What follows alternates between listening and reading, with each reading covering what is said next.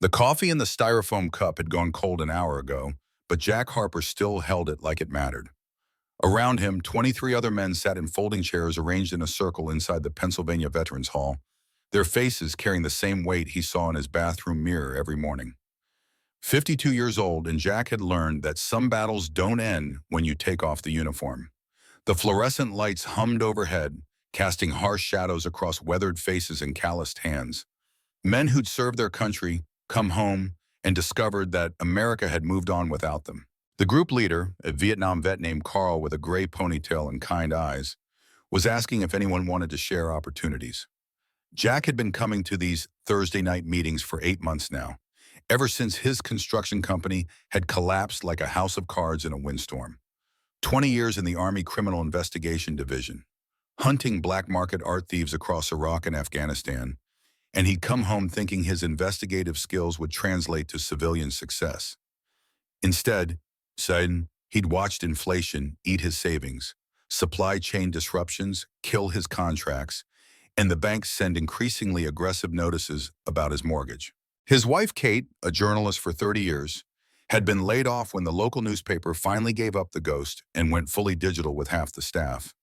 Their daughter, Sarah, had recovered from her hospital stay last year, thank God, but the medical bills sat in a drawer in their kitchen like unexploded ordnance. Jack had stopped opening that drawer 3 months ago. An older vet across the circle, probably mid-70s with hands that shook slightly, was talking about an auction he'd seen advertised.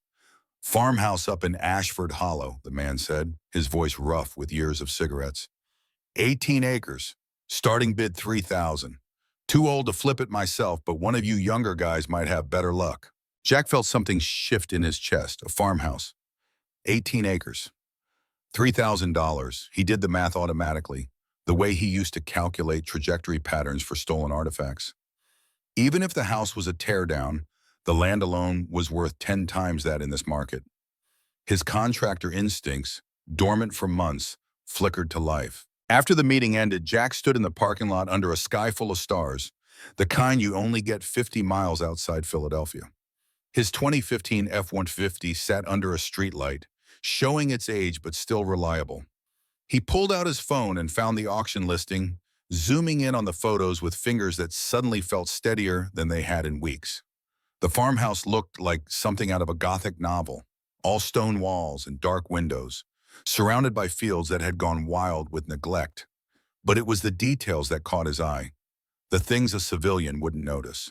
The stone foundation was definitely 1920s construction. He could tell by the coursing pattern. But the windows had been boarded up with modern plywood, the kind you could buy at Home Depot last Tuesday. In the aerial shot, there was a collapsed barn but no debris field. Someone had cleaned it up, and recently. The driveway showed fresh tire tracks in one of the photos, clear as day if you knew what to look for. 20 years of CID training whispered in his ear. Someone's been here, recently. He called Kate from the truck, the diesel engine rumbling to life beneath him. She answered on the second ring, and he could hear the television in the background. Probably some streaming show she'd put on to avoid thinking about their situation. "I have an idea," Jack said. "Might be stupid." Kate's laugh came through the phone, tired but genuine. "Jack, we're past stupid. We need a miracle. There's a farmhouse auction tomorrow. I want to bid on it." Silence on the other end, the kind of silence that comes from 30 years of marriage where words become optional. Then, how much? "Starting at 3,000, 18 acres. Even if the house is unsalvageable, the land's worth something." "We don't have 3,000. We have 4,200 in the emergency fund." Another silence. "That's all we have, Jack." "I know."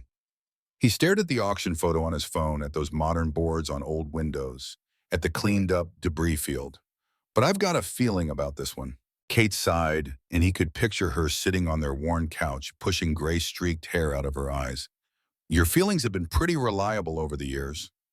"Okay, but Jack, if this goes sideways, then we're exactly where we are now, broke and scared." "We're not scared," Kate said firmly. "We're strategizing." Jack smiled despite everything. "Love you." "Love you too. Come home safe." The auction house smelled like burnt coffee and decades of failed dreams. Jack arrived 30 minutes early, using the time to study the other bidders the way he used to study suspects. Mostly flippers. You could tell by the calculators in the way they avoided eye contact.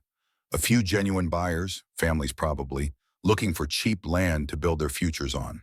And in the back row, an elderly man with steel gray hair and eyes that had seen too much, watching Jack with an intensity that made the hair on the back of his neck stand up. The auctioneer was a thick-necked man who looked like he'd been doing this job since Nixon was president, his voice carrying the practiced rhythm of a carnival barker crossed with a funeral director. He worked through the lots methodically, each property getting its moment in the spotlight before being sold or passed over. Lot 47, the auctioneer barked, and Jack straightened in his seat. 18-acre property outside Ashford Hollow, farmhouse circa 1922. No utilities currently connected, sold as is, no warranties expressed or implied. Opening bid, $5,000. The room fell silent. Jack scanned the crowd, watching for tells. Nobody moved. The flippers had clearly done their homework and found something he hadn't. Warning bells that should have sent him running. 4,000, the auctioneer tried, irritation creeping into his voice like water through a crack in a foundation. Still nothing. The silence stretched out, oppressive and heavy. Jack's hand wanted to go up, but his CID training held it down. Wait, observe, understand why everyone else is backing away. 3,000, the auctioneer said, and there was almost desperation in it now. A property with no bidders was a black mark on his record. Jack's hands shot up before his brain could interfere. Every eye in the room swiveled toward him. The elderly man in the back row locked eyes with Jack, and his expression wasn't pity. It was recognition. His lips moved, forming a single word Jack could read clearly across the distance. Don't? 3,000 to bidder 89, the auctioneer said, relief flooding his voice. Do I hear 3,500? The room stayed silent, but the energy had changed. People were looking at Jack differently now, the way you look at someone who just volunteered to defuse a bomb without training. The auctioneer tried to coax out competing bids, but nobody bid. Going once, going twice. The gavel came down with the finality of a coffin lid closing. Sold to bidder 89 for $3,000. Jack felt his stomach drop as he walked to the payment window. $3,000 plus $1,200 in fees and taxes. $4,200, the last of their emergency fund, drained into a property that 30 experienced flippers had rejected. He signed the papers with a hand that wanted to shake but refused on principle. The clerk handed him a deed and a single brass key, old and heavy in his palm. Outside, the November air bit at his face as he walked to his truck. The elderly man from the back row was standing beside the F-150, leaning against it like he'd been waiting. Up close, Jack revised his age estimate upward. Mid-70s at least, with a face carved by decades of Pennsylvania winters and eyes that carried the kind of sorrow you can't fake. You're making a mistake, the old man said without preamble. Jack's CID instincts kicked in automatically. Assess the threat. The man was unarmed, his stance non-aggressive, but there was steel in him, the kind that comes from military service. And you are? Someone trying to save your life. The man pushed off from the truck and pulled out a business card. Except it wasn't a business card, just a piece of notepaper with the phone number written in shaky handwriting. When you find it, and you will because you're clearly CID, or you wouldn't have noticed the details they missed, call me. Don't call the local police. Don't call the FBI. Call me first.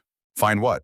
The old man looked around the parking lot like he expected shadows to have ears. 3 investigators died trying to expose what's under that house. Your army, I can tell. CID probably, based on how you studied that auction listing. You'll find it, and when you do, you'll understand why I'm here. He turned to walk away, and Jack called after him. What's your name? The old man paused, his back still turned. Robert Blackwood. My grandfather built that house in 1922, and he built something else beneath it, something that's gotten a lot of good people killed. He walked to an old Chevy pickup, climbed in, and drove away, leaving Jack standing in the cold with a deed in one hand and a mysterious phone number in the other. That night, Jack couldn't sleep. He sat at the kitchen table with his laptop, the house quiet around him except for the hum of the refrigerator and the occasional car passing on the street outside. Kate had gone to bed hours ago, but not before giving him that look she had, the one that said she trusted him but wished she didn't have to. The property records for the farmhouse painted an interesting picture. Blackwood family ownership from 1922 to 1980. Then a parade of different owners, 15 in total, none staying longer than 2 years. That alone was a red flag. Properties in rural Pennsylvania either stayed in families for generations or got bought by developers. This pattern, rapid turnover with no development, suggested something was fundamentally wrong with the place. He started searching for the 3 deaths Robert Blackwood had mentioned. It took an hour of digging through newspaper archives and old CID databases he technically shouldn't still have access to, but there they were. David Morrison, journalist, 1978, killed in a single car accident on a mountain road. Patricia Engels, historian, 1989, died in a house fire ruled accidental. Robert Kimball, researcher, 2003, disappeared without a trace. What made Jack's blood run cold was that he recognized all 3 names from his time in CID. Morrison had been investigating Nazi art theft. Engels had specialized in wartime looting patterns. Kimball had worked for the Holocaust Memorial Museum's Asset Recovery Division.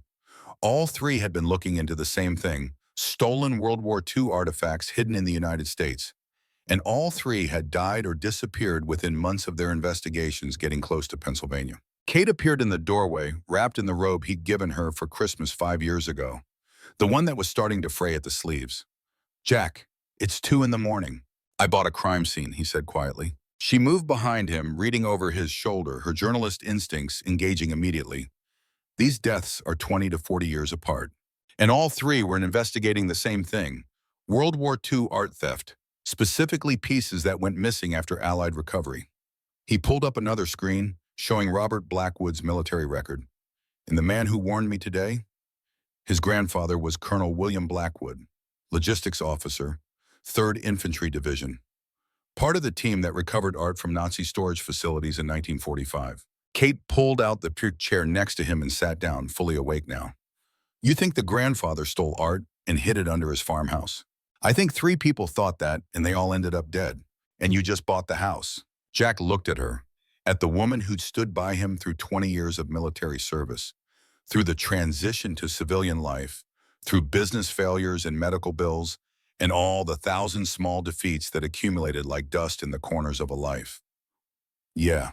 So what do we do?" "Tomorrow I do a survey, professional contractor survey, completely legitimate.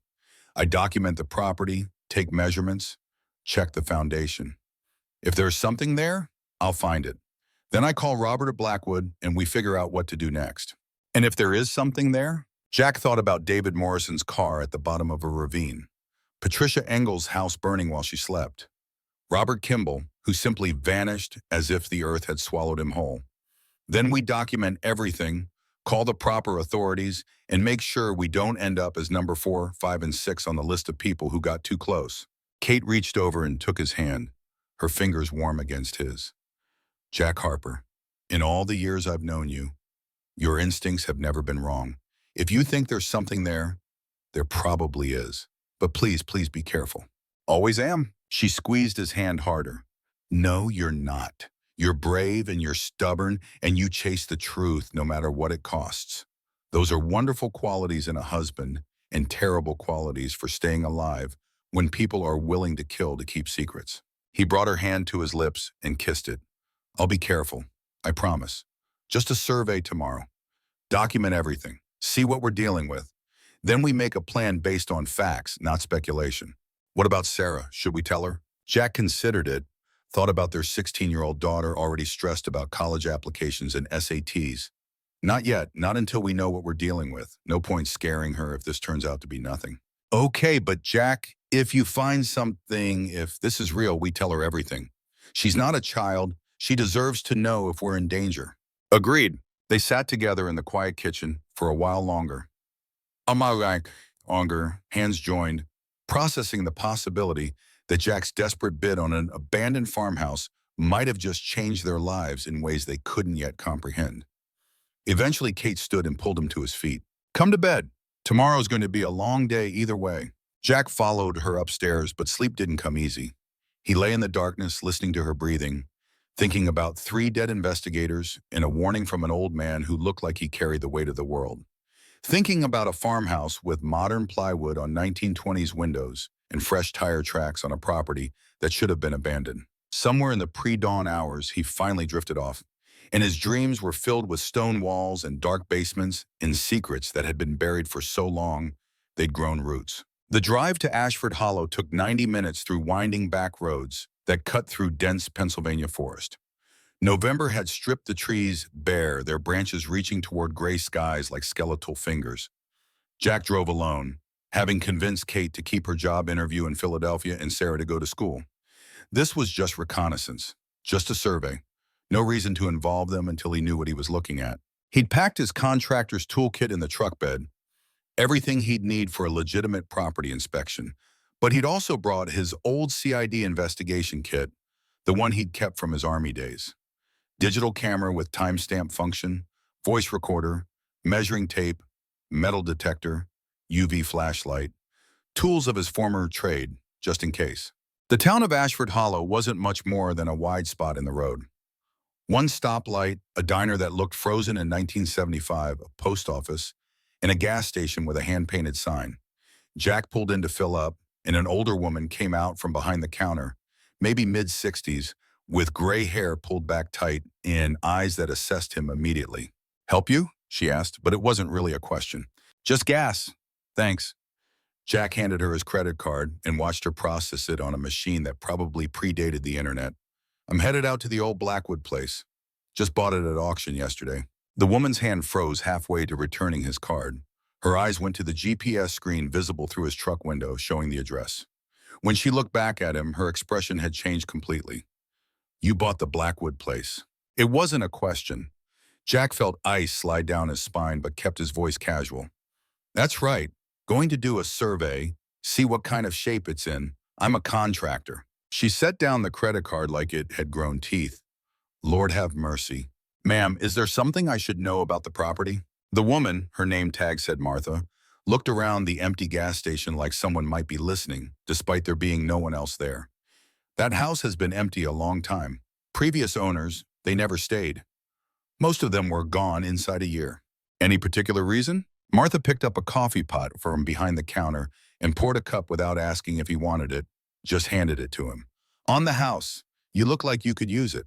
Jack took the coffee, the warmth seeping into his hands. "Thank you, but you didn't answer my question." "Didn't I?" Martha turned away, busying herself with straightening already straight displays. Sometimes the smartest thing a person can do is not ask questions. Sometimes the smartest thing is to walk away. "I'm not much for walking away from things I paid for." "Then you're either very brave or very foolish, and I haven't lived 63 years without learning to tell the difference." She turned back to face him. "You're military, I can tell. Probably saw combat. Probably think you've seen the worst humanity has to offer." "I was CID, Army Criminal Investigation Division, 20 years. Martha's expression shifted slightly. "Then maybe you'll be smart enough to recognize what you're walking into. That farmhouse, it's got a history. Not the kind you read in books. The kind that people around here know better than to talk about. 3 people died investigating it. Morrison, Engels, Kimball. I found the records." Martha's face went pale. "You know about them." "I know they were all looking into stolen World War II art. I know they all died within months of their investigations pointing to this area. I know Robert Blackwood warned me yesterday to be careful." Jack leaned forward slightly. "What I don't know is what's actually under that house. And I can't tell you, won't tell you, because the people who died, they asked questions just like you're asking now. And one day they weren't asking anymore." Martha wrapped her arms around herself. "I got grandchildren. I'd like to see them grow up. You understand?" Jack understood. He understood perfectly. Whatever was under that farmhouse, it was protected by people who'd killed before and would kill again. "I understand. Thank you for the coffee." "You still going out there?" "Yes, ma'am." "Then God help you, son, because you're going to need it." The farmhouse sat at the end of a long dirt driveway that wound through overgrown fields for nearly half a mile. Tall grass, gone to seed, swayed in the November wind like an ocean frozen mid-wave. The house itself was larger than the photos had suggested, 2 stories of gray stone and dark timber, with a chimney jutting into the sky at an angle that suggested settling foundations or worse. It looked like it was slowly being consumed by the land around it, nature patient and relentless in its reclamation. Jack parked and sat in the truck for a moment, just observing. No birds sang, no insects buzzed, Just wind through dead grass and the creak of old wood settling. The silence was wrong, unnatural. In 20 years of CID work, he'd learned to trust his instincts, and every instinct he had was screaming that this place was dangerous. But he hadn't bought it to walk away at the first sign of trouble. He climbed out of the truck, grabbed his toolkit, and approached the house with the methodical caution he'd learned in Baghdad and Kandahar. The exterior inspection took an hour. Stone foundation solid despite its age. Mortar still intact in most places. Roof needed work, several shingles missing, but the underlying structure looked sound. But there were anomalies everywhere once you knew to look for them. Security cameras mounted under the eaves, old 1990s models, disconnected now, but their presence unexplained. Why would anyone install surveillance on an abandoned farmhouse? Basement windows with bars, serious commercial-grade bars, not decorative ironwork. What were they trying to keep out or keep in? A propane tank size for industrial heating, far larger than necessary for a residential structure this size. Someone had been maintaining climate control here, and recently, Jack photographed everything, took measurements, recorded observations in his voice recorder, building a documentation trail the way he'd been trained. If something happened to him, if he ended up like Morrison or Engels or Kimball, at least there would be evidence of what he'd found. The brass key turned smoothly in the front door lock, too smoothly for a house that had supposedly been abandoned for years. The door swung open with a groan that echoed through empty rooms, and Jack stepped inside, flashlight in one hand, camera in the other. The interior was like a time capsule. Furniture still in place, covered with sheets. A dining table set for a meal that was never eaten. Children's toys scattered on the floor of an upstairs bedroom. Everything frozen in a moment of interrupted life. Jack moved through the ground floor methodically, documenting each room. Kitchen with cast iron stove and cabinets full of dishes. Parlor with furniture arranged for conversation. Study with bookshelves and a desk that held nothing but dust. And in every room, that same feeling of being watched, of not being alone despite the obvious emptiness. He found the basement door in the kitchen, half hidden behind a pantry shelf. The door was solid oak, old but intact, with a modern lock that looked out of place on century-old hardware. Jack pulled out his lockpick set, another holdover from CID days, and worked the mechanism until it clicked open. Cool, stale air rolled out when he opened the door, carrying with it the smell of earth and concrete and something else. Machine oil, maybe. The scent of maintained equipment in a space that should have held nothing but decay. Stone steps descended into darkness. Jack counted them as he went down. 12, 15, 20. The stairs were uneven, worn smooth by decades of use, and they went deeper than any normal basement should. At the bottom, his flashlight revealed a large open space. The basement ran the full length of the house, walls of fieldstone, floor of poured concrete. But something was wrong. Jack knelt and tapped the floor with his knuckles, the way he'd test for hollow walls during building inspections. Hollow. Not everywhere, but in a section near the far wall, a distinct hollow sound that spoke of empty space beneath. He walked the perimeter, tapping every few feet, mapping the hollow area in his mind. 12 feet by 12 feet, a perfect square, too precise to be natural settling. Jack pulled out his measuring tape and marked the dimensions exactly, photographing the floor from multiple angles. Then he examined the walls more closely, running his hands along the stone, looking for anything unusual. There, near the corner where the hollow section met the wall, almost invisible in the dim light, a seam so faint it could have been a crack, but running too straight to be natural. 6 feet long, perfectly vertical. Jack traced it with his fingers, felt where the mortar was different, newer, carefully matched to the old but not quite the same. His pulse quickened. This was it. This was what Robert Blackwood had warned him about. Something hidden beneath this floor, behind this wall. Something worth killing 3 people to protect. Jack photographed everything, took measurements, recorded observations, but he didn't try to open it. Not yet, not alone, not without backup and a plan, and some way to protect himself if whoever was protecting this secret found out he knew. He was turning to head back upstairs when he noticed something else. Behind the old oil furnace, partially hidden by shadow, was a junction box. Modern electrical, out of place in a basement that should have been dead for decades. Jack moved closer, examined it carefully. The box was connected to active power. A tiny green LED glowed in the darkness, indicating current. He traced the wire running from the box, followed it up through the ceiling, then down through the floor, disappearing into the space beneath. Someone had been maintaining this recently. Whatever was down there wasn't just sealed and forgotten. It was being monitored, controlled, kept in specific conditions. This wasn't an abandoned secret. This was an active operation. Jack's hands shook slightly as he photographed the junction box.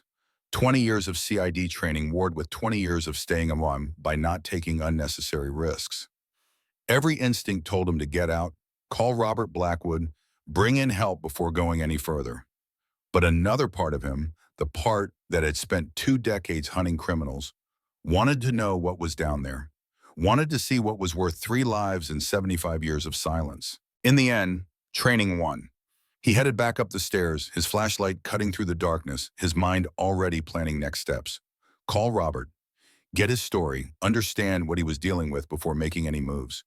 Then, maybe, come back with help and open whatever was sealed beneath this floor. He emerged into the kitchen and stopped cold. Through the window, he could see a vehicle pulling up the driveway, a sheriff's SUV moving slowly, deliberately, like a predator approaching prey. Jack's training kicked in automatically. He moved away from the window, positioned himself where he could see without being easily seen, and watched as the SUV parked beside his truck. The door opened and a man stepped out, mid-50s, overweight, with the kind of dead eyes that came from seeing too much or caring too little. The man walked to Jack's truck, looked in the windows, then turned toward the house. His hand rested casually on his service weapon, not threatening exactly, but ready. Jack recognized the posture. This wasn't a friendly welfare check. The sheriff walked up to the front door and knocked, 3 solid thumps that echoed through the empty house. Jack waited, debating whether to answer. The knock came again, harder this time. Jack made his decision. Better to face this head-on than have it look like he was hiding. He walked to the door and opened it, projecting confidence he didn't entirely feel. "Help you, officer?" The sheriff looked him up and down with an expression that was hard to read.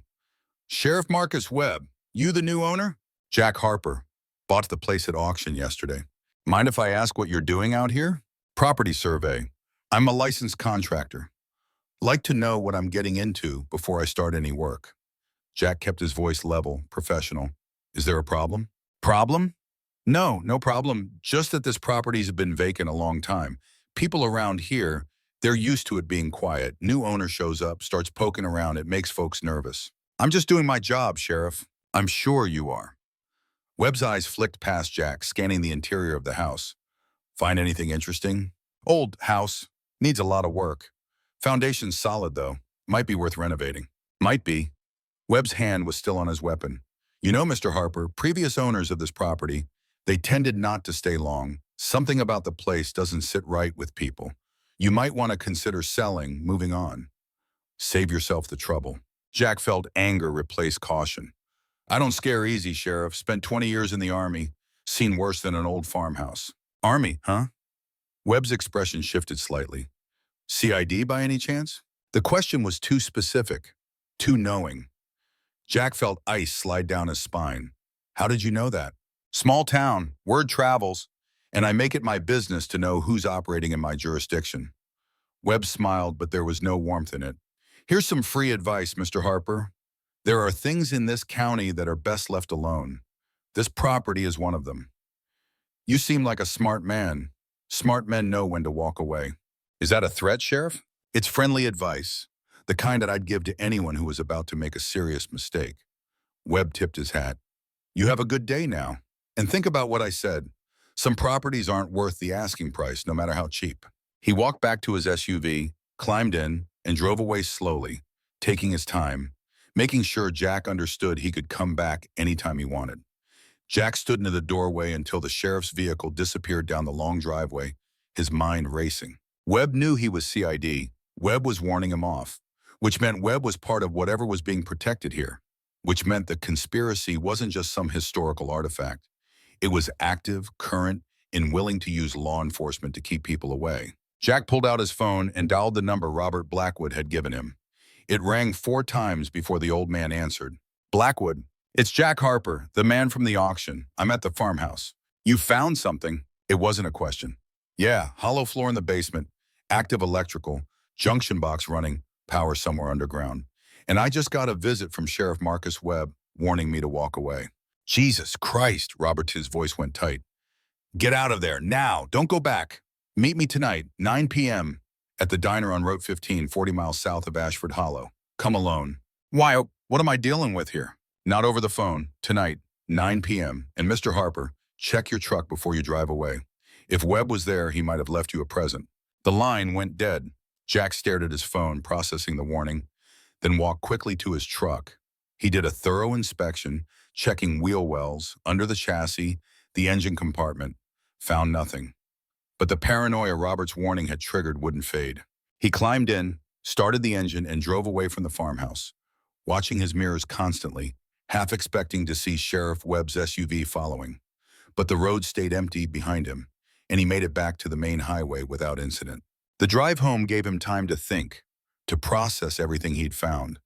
A vault under the farmhouse, or something like it. Active maintenance. A sheriff who knew his background and wanted him gone. 3 dead investigators in a conspiracy old enough to have killed them across different decades. He'd stumbled into something far bigger and more dangerous than he'd imagined. The question now was what to do about it. Walk away, like Webb suggested, and lose his only chance at financial stability? Or push forward, document everything, and risk ending up like Morrison, Engels, and Kimball? Kate was home when he arrived, and she took one look at his face and knew. You found something. Yeah, and I met the local sheriff who strongly suggested I sell the property and disappear. Suggested or threatened? The line was pretty thin. Jack sat down at the kitchen table and told her everything. The hollow floor, the active electrical, the junction box, Webb's visit. Kate listened without interrupting, her journalist brain already working through the implications. You're meeting Robert Blackwood tonight, 9 p.m. He says it's not safe to talk about this over the phone. Then I'm coming with you. Kate, if this is as dangerous as it seems, maybe you should stay here with Sarah.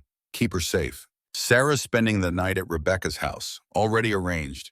And you're not going alone to meet a man you barely know about a conspiracy that's killed 3 people. I'm coming, and that's not negotiable. Jack wanted to argue, wanted to protect her from whatever this was, but he also knew that look in her eyes. 30 years of marriage had taught him when pushing back would be pointless. Okay, we go together. The rest of the day crawled by with agonizing slowness. Jack tried to work on estimates for other jobs, tried to focus on normal contractor business, but his mind kept returning to that basement, that hollow floor, that junction box glowing in the darkness. Kate spent the afternoon researching, pulling up everything she could find about the Blackwood family, about World War II art theft, about the 3 investigators who'd died. At 8:30, they climbed into Jack's truck and headed south on Route 15. The diner was exactly the kind of place you'd pick for a clandestine meeting, one of those roadside establishments that had been serving the same menu since Eisenhower was president, frequented by truckers and locals who minded their own business. Robert Blackwood was already there when they arrived, sitting in a corner booth with his back to the wall and clear sight lines to both exits. Military training, Jack recognized, the same way he would have positioned himself. Jack and Kate slid into the booth across from him. Robert looked even older in the harsh fluorescent light, more tired, carrying weight that went beyond years. Mr. Harper, and you must be Mrs. Harper. Kate, I'm a journalist, or I was until my paper laid me off. Then you understand the value of a good story and the danger of asking the wrong questions. Robert signaled the waitress, ordered coffee for all of them, and waited until she delivered it and moved away before speaking again. What I'm about to tell you, it's going to sound impossible, but every word is true. And if you decide to pursue it, if you decide to expose what my family has kept hidden for 75 years, you need to understand that you're putting yourselves and your daughter in mortal danger. We understand, Jack said. Tell us everything. Robert Blackwood took a deep breath and began to speak. And as his story unfolded, Jack felt the last pieces of normal life slipping away, replaced by something darker and more complex than he'd ever imagined.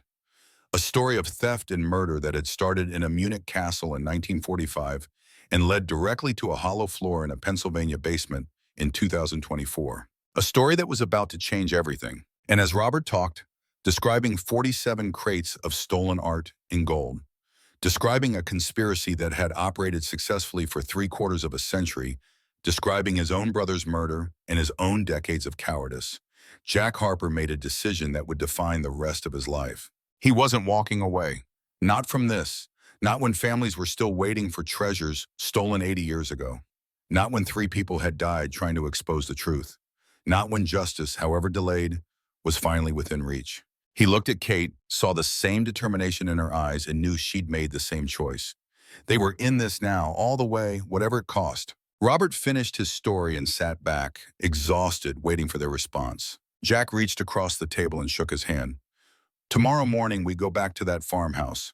We document everything, we gather evidence, and then we expose this conspiracy so completely that even Sheriff Webb and his friends won't be able to bury it. You're sure? Once you start down this path, there's no turning back. I'm sure. Kate? She nodded. I'm sure. This story needs to be told. These families deserve their heritage back. And the people who've been protecting this secret deserve to face justice. Robert's eyes filled with tears. Thank you, thank you. My brother, he tried to do this 22 years ago and they killed him for it. Maybe this time with you two, it'll be different. Maybe this time we'll finally win. We'll win, Jack said with more confidence than he felt, because we're not going in blind like the others did. We're going in prepared with documentation and backup plans and ways to protect ourselves. We're going to do this right. They talked for another hour, planning, strategizing, building a framework for how to approach the investigation without getting killed. By the time they left the diner, the moon was high and the night was cold, and Jack felt the weight of what they were about to attempt settling onto his shoulders like a physical thing. But he also felt something he hadn't felt in months, purpose. The sense that he was about to do something that mattered, something that would make a difference in ways that went beyond paying bills or keeping the bank happy. They drove home in comfortable silence, Kate's hand in his, and when they pulled into their driveway, Jack sat for a moment looking at their modest house with its mortgage and its memories and its ordinary suburban normalcy. Tomorrow, everything would change. Tomorrow, they'd break through that hollow floor and see what 75 years of secrecy had been protecting. Tomorrow, they'd start a fight that might cost them everything. But tonight, they were still just Jack and Kate Harper, a contractor and a journalist, a husband and wife who'd made a choice to stand for something bigger than themselves. And that would have to be enough. The diner parking lot was nearly empty when Jack and Kate pulled away at 11 p.m., the neon sign casting red and blue shadows across the wet pavement. Robert Blackwood's revelations had taken 2 hours to unfold completely, 2 hours of coffee refills and hushed conversation, and the slow, methodical destruction of everything Jack thought he understood about the farmhouse he'd bought for $4,200. Now, driving through the Pennsylvania night with Kate beside him, Jack's mind worked through the implications like a puzzle with too many pieces and not enough edges. You believe him, Kate said. It wasn't a question. Everything he said matches what I found. The hollow floor, the active electrical, Sheriff Webb showing up to warn me off. And the 3 deaths, I verified those myself. Morrison, Engels, Kimball, all investigating the same thing, all dead within months of getting close. Jack gripped the steering wheel tighter. 47 crates of stolen Nazi art hidden under a Pennsylvania farmhouse for 75 years, protected by a conspiracy that's killed at least 12 people. Yeah, I believe him. So what do we do? Jack had been thinking about that since Robert had finished his story, since the old man had looked at him with desperate hope and said, "Will you help me finish what my brother started?" The smart play would be to walk away, sell the property sight unseen, take whatever loss they had to take, and forget he'd ever heard about Colonel William Blackwood's crimes. But Jack had spent 20 years in CID learning that walking away from evidence of criminal activity wasn't something he was built to do. Tomorrow morning, we go back to the farmhouse. Robert meets us there. We document everything properly, photograph every detail, map the hollow section, gather evidence. Then we contact the FBI, but not locally. Someone Robert trusts, someone who's been trying to investigate this for years. Jack glanced at Kate, and we make sure we have backup copies of everything, stored somewhere safe in case something happens to us. In case we end up like the other 3. In case we end up like the other 3, Jack agreed. But we're going in smarter than they did. We're not working alone. We're documenting everything. And we're not giving anyone a chance to bury this before it sees daylight. Kate was quiet for a moment, staring out at the dark forest rolling past. Sarah's at Rebecca's house until tomorrow afternoon. We should leave her there. Keep her out of this until we know what we're dealing with. Agreed. The less she knows right now, the safer she is. They drove the rest of the way in silence, both processing the enormity of what they were about to attempt. By the time they pulled into their driveway, it was past midnight, and Jack felt the weight of exhaustion mixing with adrenaline in a way that meant sleep would be difficult, if not impossible. Inside, Kate went straight to her laptop while Jack made coffee they didn't need but would drink anyway. She started researching, pulling up everything she could find about Frank Hayes, the retired FBI agent Robert had mentioned, the man who'd investigated Patricia Engel's death in 1989 and never believed the official story. Found him, Kate said after 20 minutes. Frank Hayes, 68, retired FBI supervisory special agent, spent 30 years with the Bureau, most of it in art crime and organized crime divisions, forced into early retirement in 2005 after, and I quote, repeated insubordination regarding closed cases. Reading between the lines, he wouldn't let the Engels investigation go, and it cost him his career. Sounds like our guy. Robert has his contact information. Robert said he'd bring it tomorrow. They've stayed in touch over the years. Hayes kept his own files on the conspiracy even after the Bureau shut him down. Kate looked up from the laptop. Jack, if we do this, if we really go after these people, we're putting ourselves against billionaires with political connections and a 75-year track record of making problems disappear. I know. Just wanted to make sure you knew. Jack carried 2 cups of coffee to the table and sat down beside her. 20 years in CID, I went after arms dealers, art thieves, black market networks. Some of them had money and connections too. We still brought them down because we had evidence and we didn't quit. He took her hand. This is bigger, yeah. More dangerous, absolutely. But it's also more important. Those families waiting 80 years to get their treasures back. The people murdered just for asking questions. Robert's brother, thrown off a cliff at 35. If we don't do this, who will? Okay. Kate squeezed his hand. Okay, we do this, but we do it smart. We document everything. We get the evidence to multiple safe locations, and we make sure that even if something happens to us, the truth still comes out. Deal. They spent the next hour preparing. Jack charged his camera batteries and cleared memory cards. Kate set up cloud storage accounts under fake names, preparing to upload evidence the moment they had it. They made copies of Robert's phone number and Frank Hayes' contact information, storing them in multiple locations.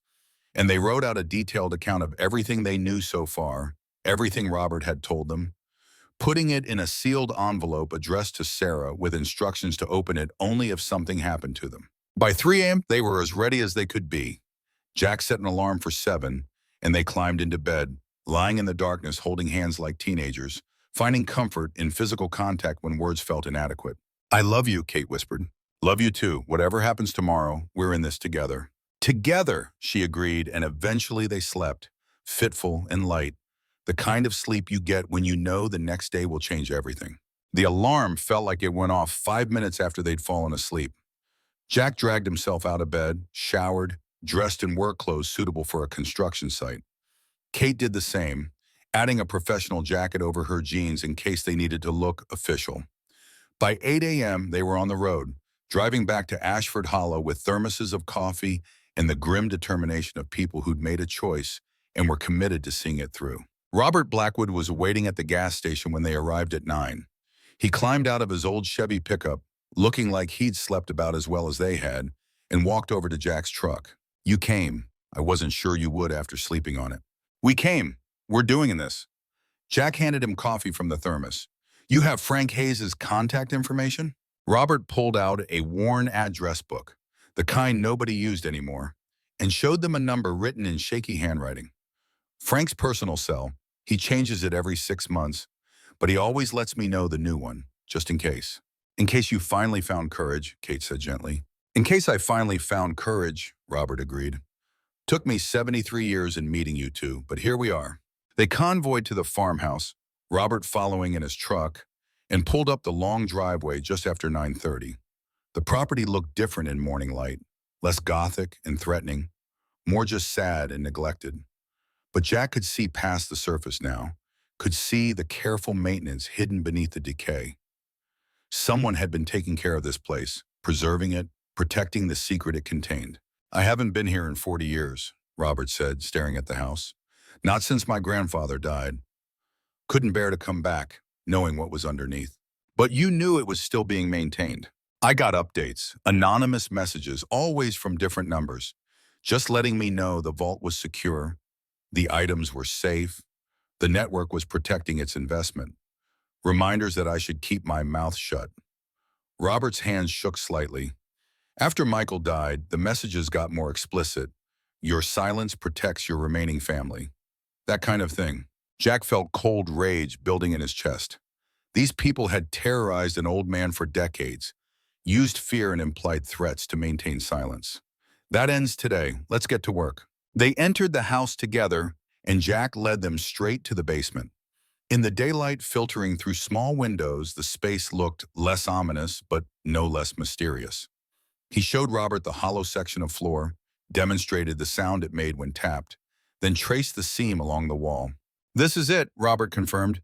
The entrance. My grandfather told me about it once when he was drunk and angry, ranting about sacrifices he'd made and secrets he'd kept.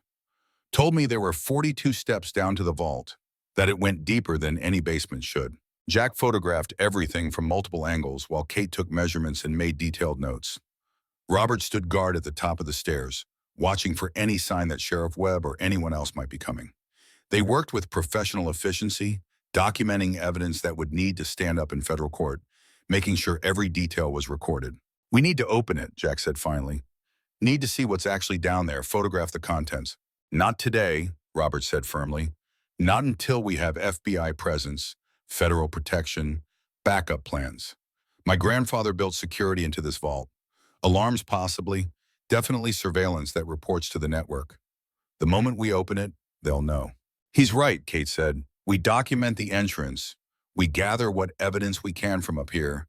Then we contact Frank Hayes and let the professionals handle the actual breach. Jack wanted to argue, wanted to go down those 42 steps and see with his own eyes what 75 years of secrecy had been protecting. But training overrode impulse.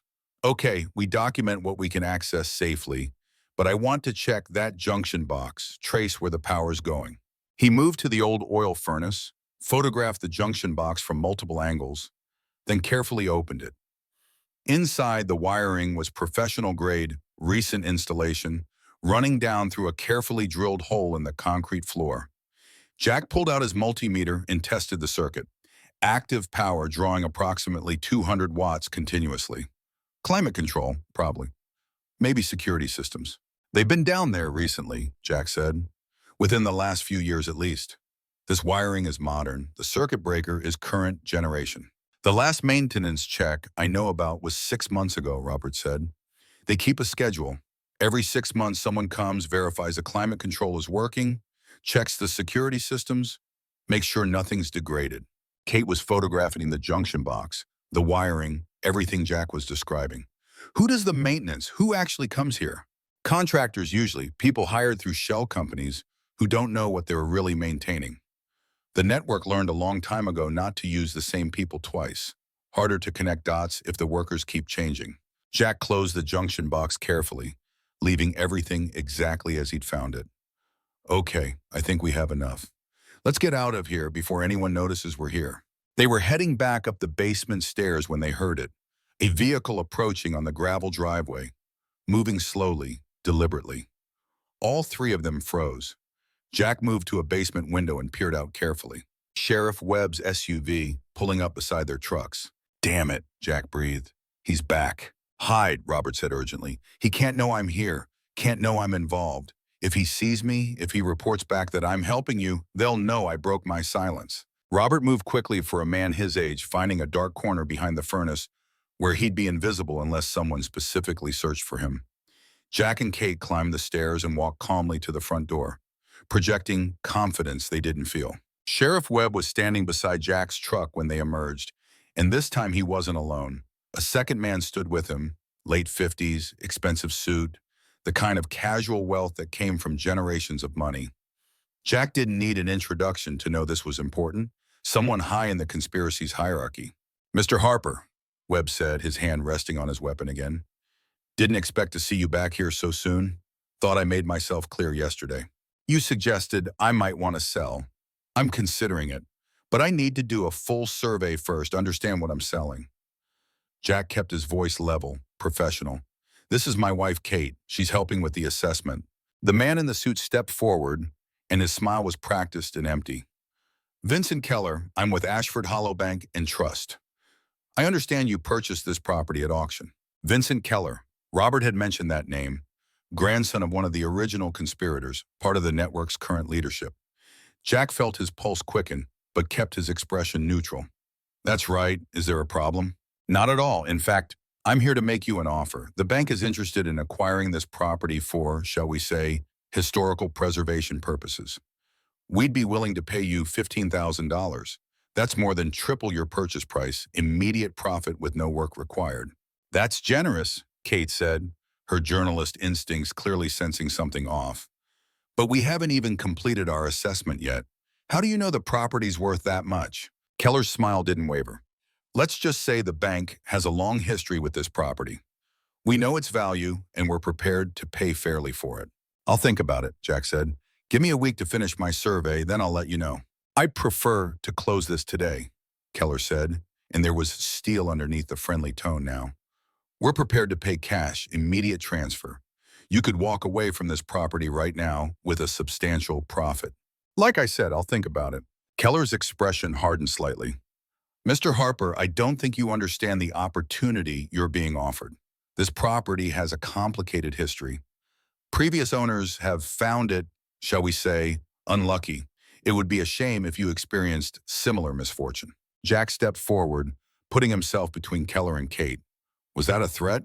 It was friendly advice, the kind I'd give to anyone who doesn't understand the situation they're in.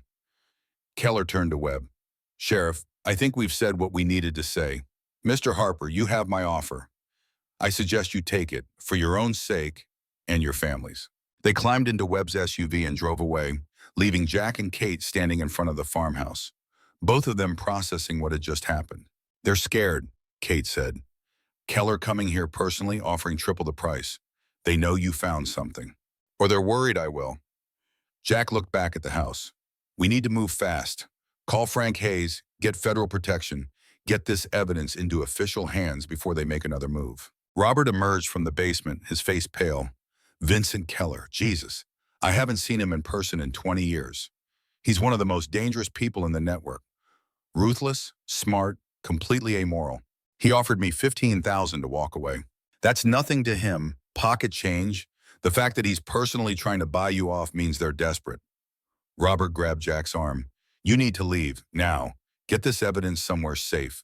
Contact Frank. Get federal protection. These people don't make threats lightly. They loaded into their vehicles and left the farmhouse. Jack driving while Kate immediately got on the phone with Frank Hayes' number. The call connected after 4 rings, a gravelly voice answering with professional caution.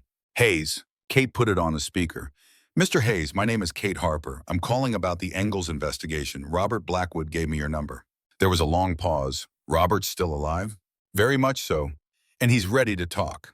So is my husband, who just discovered a vault under the Blackwood farmhouse containing what we believe are the stolen items your investigation was looking for. Another pause, longer this time. Where are you right now? Driving away from Ashford Hollow. We just had a visit from Sheriff Webb and Vincent Keller, who offered to buy the property for triple what we paid. We have photographs, documentation, evidence that needs to get into federal hands before something happens to us. Smart. Don't go home. They know where you live. Don't go anywhere predictable. Jack could hear Hayes typing in the background. There's a rest stop on Route 15 about 30 miles south of Ashford Hollow. I can have a team there in 2 hours. Federal marshals, people I trust personally. Get there, stay in public view, and wait. We'll be there, Kate said. And Mrs. Harper? If Vincent Keller is personally involved, this is more serious than you probably realize. These people have killed 4 less. Stay alert, stay together, and don't trust anyone until my people arrive. They'll identify themselves with the code word Nightingale. The call ended. Jack looked at Kate, saw her fear mixed with determination. 2 hours. We can do 2 hours. Where's Sarah? Still at Rebecca's? Jack checked his phone. A text from their daughter sent an hour ago. Still there, they're going to the mall. She won't be home until 5. He felt relief wash over him. At least Sarah was safe, away from this, protected by ignorance. Robert was following in his truck, and when they reached the rest stop, all three of them stayed together, parking in the most visible section near the main building. Jack uploaded all their photographs to the cloud storage Kate had set up, multiple backups in multiple locations. Kate wrote out a detailed account of everything they had found, everything Robert had told them, everything that had happened with Webb and Keller. If something happens to us before the marshals get here, Kate said, sealing the account in an envelope. This goes to Sarah and to every news organization I can think of. The story gets told either way. The 2 hours crawled by with agonizing slowness. Jack bought bad coffee and worse sandwiches from the rest stop's convenience store. Kate stayed on her laptop doing more research, finding more connections. Robert sat quietly, occasionally checking his phone, watching the parking lot with the vigilance of a man who'd spent decades expecting the other shoe to drop. At exactly 2 hours, 3 black SUVs pulled into the rest stop, moving with professional precision. The lead vehicle parked directly in front of Jack's truck, and a man stepped out, mid-60s with steel gray hair and a face that had seen everything. He approached Jack's window and spoke quietly. Nightingale. Jack exhaled relief and opened the door. Frank Hayes?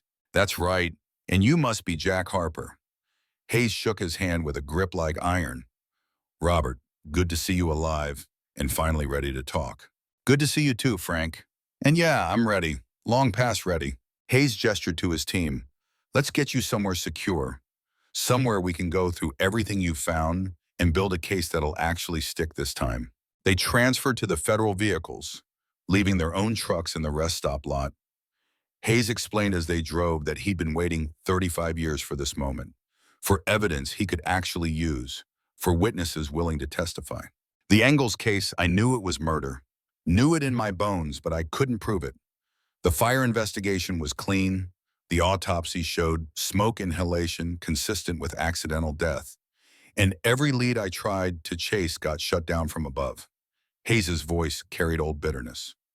Cost me my career, but I never stopped believing. Never stopped keeping files, maintaining contacts, waiting for another chance. Well, you've got it now, Jack said. We've got photographs, documentation, witness testimony from Robert. Everything you need to crack this open. Maybe, if we're smart and if we move fast, these people have had 75 years to build defenses, to establish connections, to perfect the art of making problems disappear. We're going to need overwhelming evidence and airtight protection for our witnesses. They drove for 3 hours, heading away from Pennsylvania entirely, crossing into Maryland, and then to a location Hayes wouldn't identify in advance. When they finally pulled up to the safe house, a farmhouse in a rural valley surrounded by forest, Jack felt some of the tension ease. Federal agents securing the perimeter, surveillance equipment monitoring every approach, professional protection from professionals. Inside, Hayes set up what he called a war room. Laptops, printers, whiteboards, everything needed to build a comprehensive case. Jack and Kate walked him through the documentation, while Robert provided historical context, filling in gaps, explaining connections. This is good, Hayes said after reviewing everything. This is really good, but we need more. We need the vault itself. We need to document the contents, authenticate the items, prove beyond any doubt that these are stolen Holocaust assets. So we go back, Jack said. We open the vault, we photograph everything, we build the case. Not yet. First, we secure arrest warrants for the current network members. Webb, Keller, Mayor Harding, the others Roberts identified. We arrest them simultaneously, cut off their ability to coordinate a response. Then we raid the farmhouse with full federal authority and document everything. How long will that take? If we move fast, 48 hours. I've got connections in the U.S. Attorney's Office, people who've been waiting for a case like this. Give me 2 days to line up the warrants and the tactical teams. Kate spoke up. What about our daughter? Sarah's still in Pennsylvania. If they go after our family to pressure us. Already handled, Hayes said. I've got a team picking her up right now. They'll bring her here. Keep her safe until this is over. He looked at Jack and Kate seriously. I'm not going to lie to you. The next few days are going to be dangerous. These people are going to realize you haven't taken their buyout offer, and they're going to escalate. But if we do this right, if we build an airtight case and execute everything simultaneously, we can break this network before they can respond. Jack looked at Kate, at Robert, at the federal agents setting up surveillance equipment, looked at the documentation spread across tables, at 75 years of conspiracy finally seeing daylight. Okay, we're in, whatever it takes. Sarah arrived an hour later, confused and scared, brought by two federal marshals who'd picked her up from the mall with a story about her parents being in a minor car accident and asking for her. When she saw Jack and Kate, healthy and whole, relief and confusion warred on her face. What's going on? They said you were in an accident. Kate pulled her into a hug. We're fine, honey, but we need to talk about the farmhouse, about what we found, about why we're here with the FB. They sat her down and told her everything, editing only slightly to reduce the scariest details. Sarah listened with wide eyes, processing the enormity of it, and when they finished, her first question was pure teenager. So you could have taken $15,000 and we'd be out of this whole mess?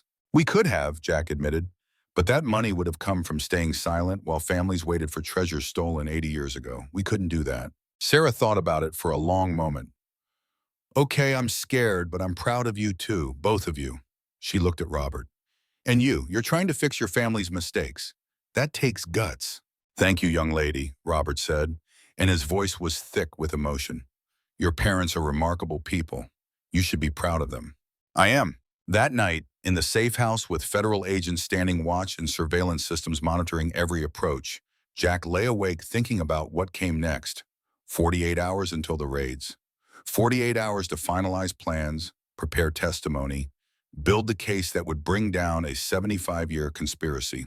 Somewhere out there, Marcus Ashford and his network were planning too, making contingencies, preparing responses. This wasn't over. It had barely begun. But for the first time since he'd bought that farmhouse, Jack felt like they had a fighting chance. They had federal protection, professional investigators, and evidence that couldn't be ignored or buried. They had right on their side in truth and the determination to see this through regardless of cost. Kate rolled over in the darkness, found his hand, squeezed it. You awake? Yeah. Thinking about the next 48 hours? Thinking about everything. About how we got here. About what happens if we succeed. About what happens if we fail. We're not going to fail, Kate said firmly. We've got Frank. We've got evidence. We've got Robert finally willing to testify. We're going to expose this conspiracy, get those families their treasures back, and put Marcus Ashford in prison where he belongs. I hope you're right. I'm always right. You should know that by now. Jack smiled in the darkness. Yeah, I should. He closed his eyes and tried to sleep, knowing that tomorrow would bring new challenges, new dangers, new steps in a journey that would either end in justice or add their names to the list of people who died trying to expose the truth. But they'd come too far to turn back now. They'd found the vault, documented the evidence, brought in federal authorities. The wheels of justice were turning, however slowly. And in 48 hours, they'd storm that farmhouse with federal authority and bring 75 years of secrets into the light. Ready or not, Marcus Ashford's world was about to change forever. For the families waiting 80 years for closure. For the people murdered trying to expose the truth.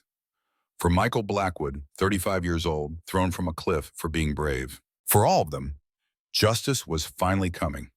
The Maryland farmhouse sat quiet in the pre-dawn darkness, wrapped in fog that rolled in from the Chesapeake Bay like a living thing.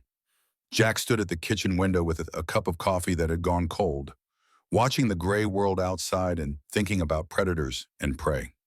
Somewhere out there, Marcus Ashford was planning his next move, calling in favors from people whose names Jack would never know, mobilizing resources that made the FBI's capabilities look modest by comparison. Men with that kind of money didn't accept defeat.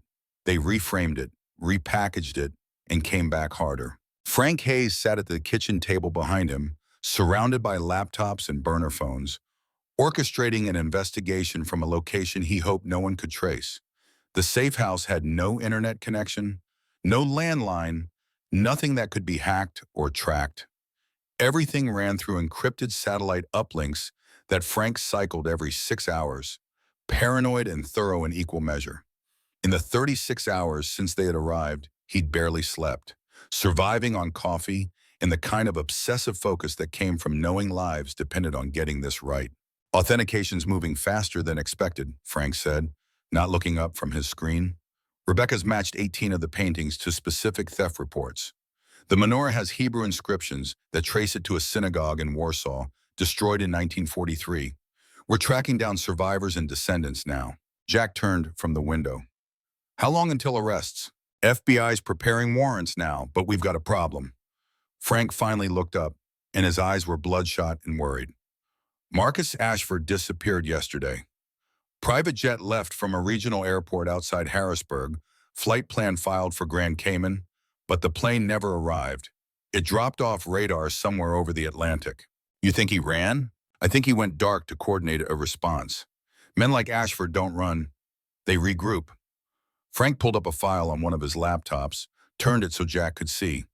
And here's what worries me more. Look at this financial activity. The screen showed a series of transactions, money moving through accounts in amounts that made Jack's head spin. 50 million here, 100 million there, all of it flowing out of Ashford Holdings in the last 48 hours, dispersing into offshore accounts in shell companies like Water Soaking into Sand. He's liquidating, Jack said. Worse than that, he's weaponizing, moving money to people who can help him. In this transaction here, Frank zoomed in on a $20 million transfer to an account in the Bahamas. This account belongs to a security contractor called Sentinel Solutions. They're ex-military, spec ops types, and they don't do bodyguard work. They do wet work. The cold that had been sitting in Jack's stomach since Marcus's threatening text solidified into ice. He's hiring killers. Professional ones, the kind that don't fail. Frank closed the laptop, which is why I've been working on a backup plan, something Ashford doesn't know about, something that might save our lives if this goes sideways. Before Frank could explain, his phone rang. He answered, listened in silence for 30 seconds, then said, "Understood, keep me posted," and hung up. When he looked at Jack, his face was grim. Sheriff Webb is dead. Apparent suicide in his holding cell. Hung himself with a bedsheet 20 minutes ago. The room went silent except for the hum of electronics and the distant sound of Sarah moving around upstairs. Jack processed the information, his CID training automatically flagging the inconsistencies. Suicide in a federal holding cell, monitored and controlled within hours of arrest. Possible but convenient. Extremely convenient. You don't believe it was suicide, Jack said. I don't believe in coincidences this convenient. Webb was the weakest link, most likely to flip, and now he's dead before we could even start interrogating him. Frank was already on another phone barking orders. I want autopsy, full forensic workup, and I want to know who had access to that cell. If this was murder made to look like suicide, someone on the inside facilitated it. Kate appeared in the doorway wearing one of Jack's old army t-shirts as a nightgown, her hair messy from sleep. What happened? Sheriff Webb's dead, Jack said. They're calling it suicide. Kate's journalist instincts engaged immediately. But you don't think it was. I think Marcus Ashford is cleaning house, eliminating anyone who might testify against him. Robert Blackwood came downstairs, moving with the careful steps of an old man who hadn't slept well. He'd been quiet since they'd arrived at the Maryland safe house, spending most of his time staring out windows or reading, lost in thoughts Jack could only imagine. 73 years old, carrying his family's sins, finally trying to make them right. They're making the arrests, Jack told him. Most of the network is in custody, but Ashford's still out there, and Webb is dead. Robert nodded slowly, unsurprised. They'll kill anyone who might talk. That's how they've operated for 75 years, silence through elimination. Jack's phone buzzed. Another burner that Frank had given him yesterday, a number that only 3 people should have known. He looked at the screen and felt his blood turn to ice. Unknown caller. He answered but didn't speak, and after a moment, Marcus Ashford's voice came through, smooth and cultured and absolutely certain. Mr. Harper, I imagine you've heard about Sheriff Webb's unfortunate decision to take his own life. Tragic, really. The stress of false accusations, the shame of arrest, it must have been overwhelming. Jack put the phone on the speaker so Frank could hear. He was murdered, we both know it. I know nothing of the sort. I'm currently relaxing in an undisclosed location, completely uninvolved in whatever drama is unfolding back in Pennsylvania. Ashford's voice carried a smile. But I'm calling with one final offer. Last chance before this escalates beyond anyone's control. We're past offers. Are we? Because my people have been analyzing your situation, Mr. Harper. You're in protective custody, yes. But do you really think Frank Hayes can keep you safe? He's one man with limited resources, protecting multiple witnesses, trying to build a case against people who've successfully hidden their activities for 3/4 of a century. Ashford paused. I'm prepared to be extremely generous. $200 million deposited anywhere you specify, tax-free, untraceable. All you have to do is recant your testimony. Admit you may have been mistaken about what you found. You want me to lie. I want you to be smart. The alternative is that you watch everyone you love die slowly while I ensure you survive long enough to know it was your stubbornness that killed them. Ashford's voice hardened. I've already demonstrated what happens to people who threaten my interests. Sheriff Webb is just the beginning. Next will be that FBI agent, Rebecca Torres, then Frank Hayes, then your wife. And when you've lost everyone, when you're completely broken, then I'll kill you too. Or maybe I won't. Maybe I'll let you live with the knowledge that your principled stand cost your family everything. Jack looked at Kate, at Frank, at Robert, saw their expressions of horror and determination. No. No? Ashford sounded genuinely surprised. Mr. Harper, do you understand what I'm offering you? More money than you'll ever need, safety for your family, a chance to walk away from this alive. I understand perfectly, and my answer is still no, because that money comes from suffering, from items stolen from Holocaust victims, from families who lost everything. Taking your blood money would make me complicit in evil I can't even fully comprehend. Jack's voice was steady despite the fear churning in his gut. So here's my offer to you, Ashford. Turn yourself in, confess to everything, make restitution to the families you've harmed, and maybe, just maybe, you spend the rest of your life in prison instead of somewhere worse. Ashford laughed, cold and genuine. You're a fool, Mr. Harper, a brave fool, I'll grant you, but still a fool. The laughter stopped. You've just sealed your family's fate. Remember that when you're burying your daughter? Remember that I gave you a chance. The line went dead. Jack stood there with the phone in his hand, rage and fear warring in his chest. Frank was already on another phone, calling for immediate evacuation protocols. Kate had gone pale, but her jaw was set in that stubborn way Jack knew meant she was digging in, not backing down. How long do we have? Jack asked. If Ashford knows we're in Maryland, if he's been tracking us somehow, his people could already be in position. Frank grabbed a duffel bag, started shoving laptops and hard drives into it. We need to move. Now. Different location, better security, somewhere even I haven't told anyone about. Where? A place I set up 20 years ago for exactly this scenario. Ultra secure, completely off-grid. But we need to move fast, Frank looked at Robert. You too, if they know about Jack, they know about you. Robert stood straighter, some of the old military bearings showing through the weight of his years. I'm ready, been ready for 22 years. They were moving toward the door when Frank's phone rang again. He answered, listened, and his face went from worried to devastated. When? How many? A pause. Jesus Christ, all of them. He hung up and looked at Jack. That was my contact at the FBI field office.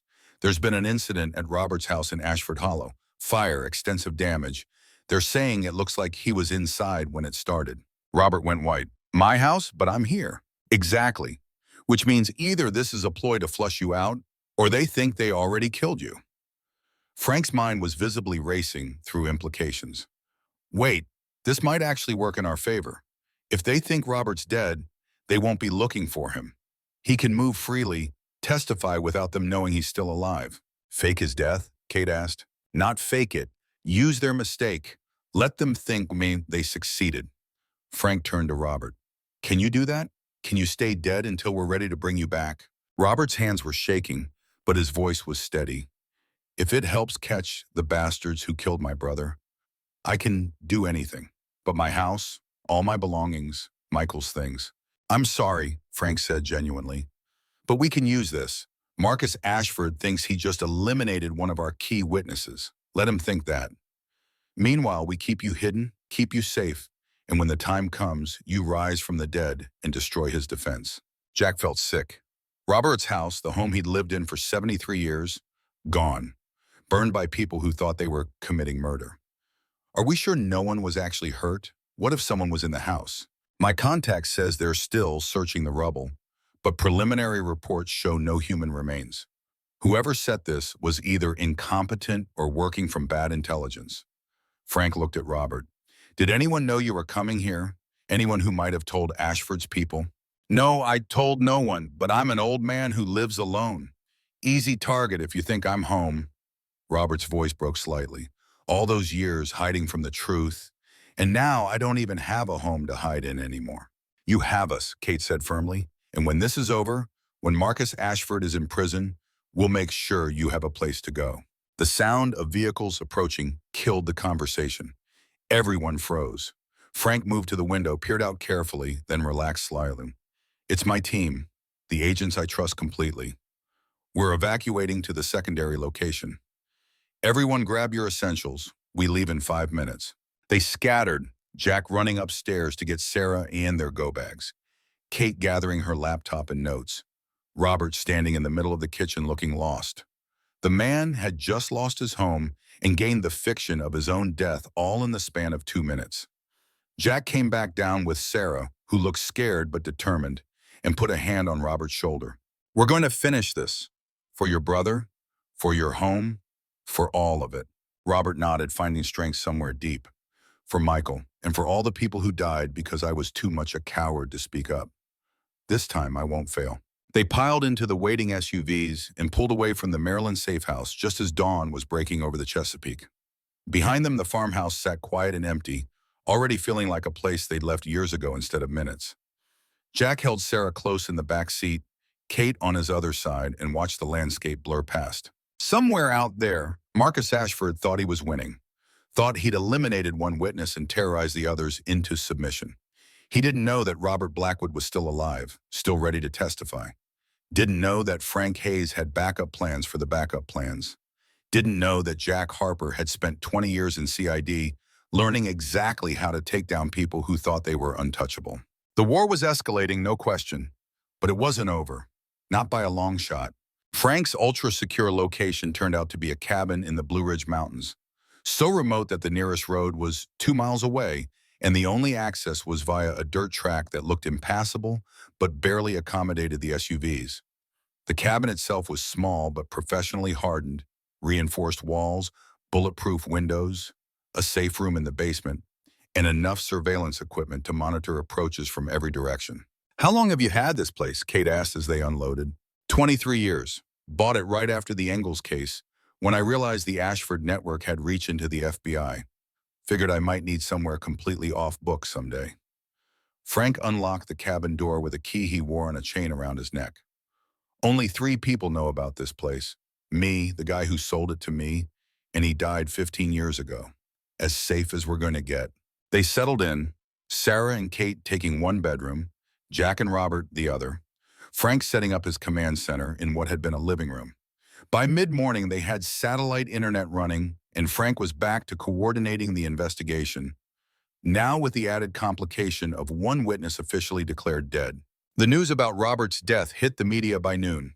Local Pennsylvania stations reported a tragic house fire in Ashford Hollow, beloved local resident Robert Blackwood presumed killed. Fire investigators looking into the cause. The reports were careful, professional, and Jack wondered how many of them had been written by people who knew exactly what had really happened. Marcus Ashford called again that afternoon. Same number, same smooth confidence. Mr. Harper, I see you're still determined to be difficult. That's unfortunate.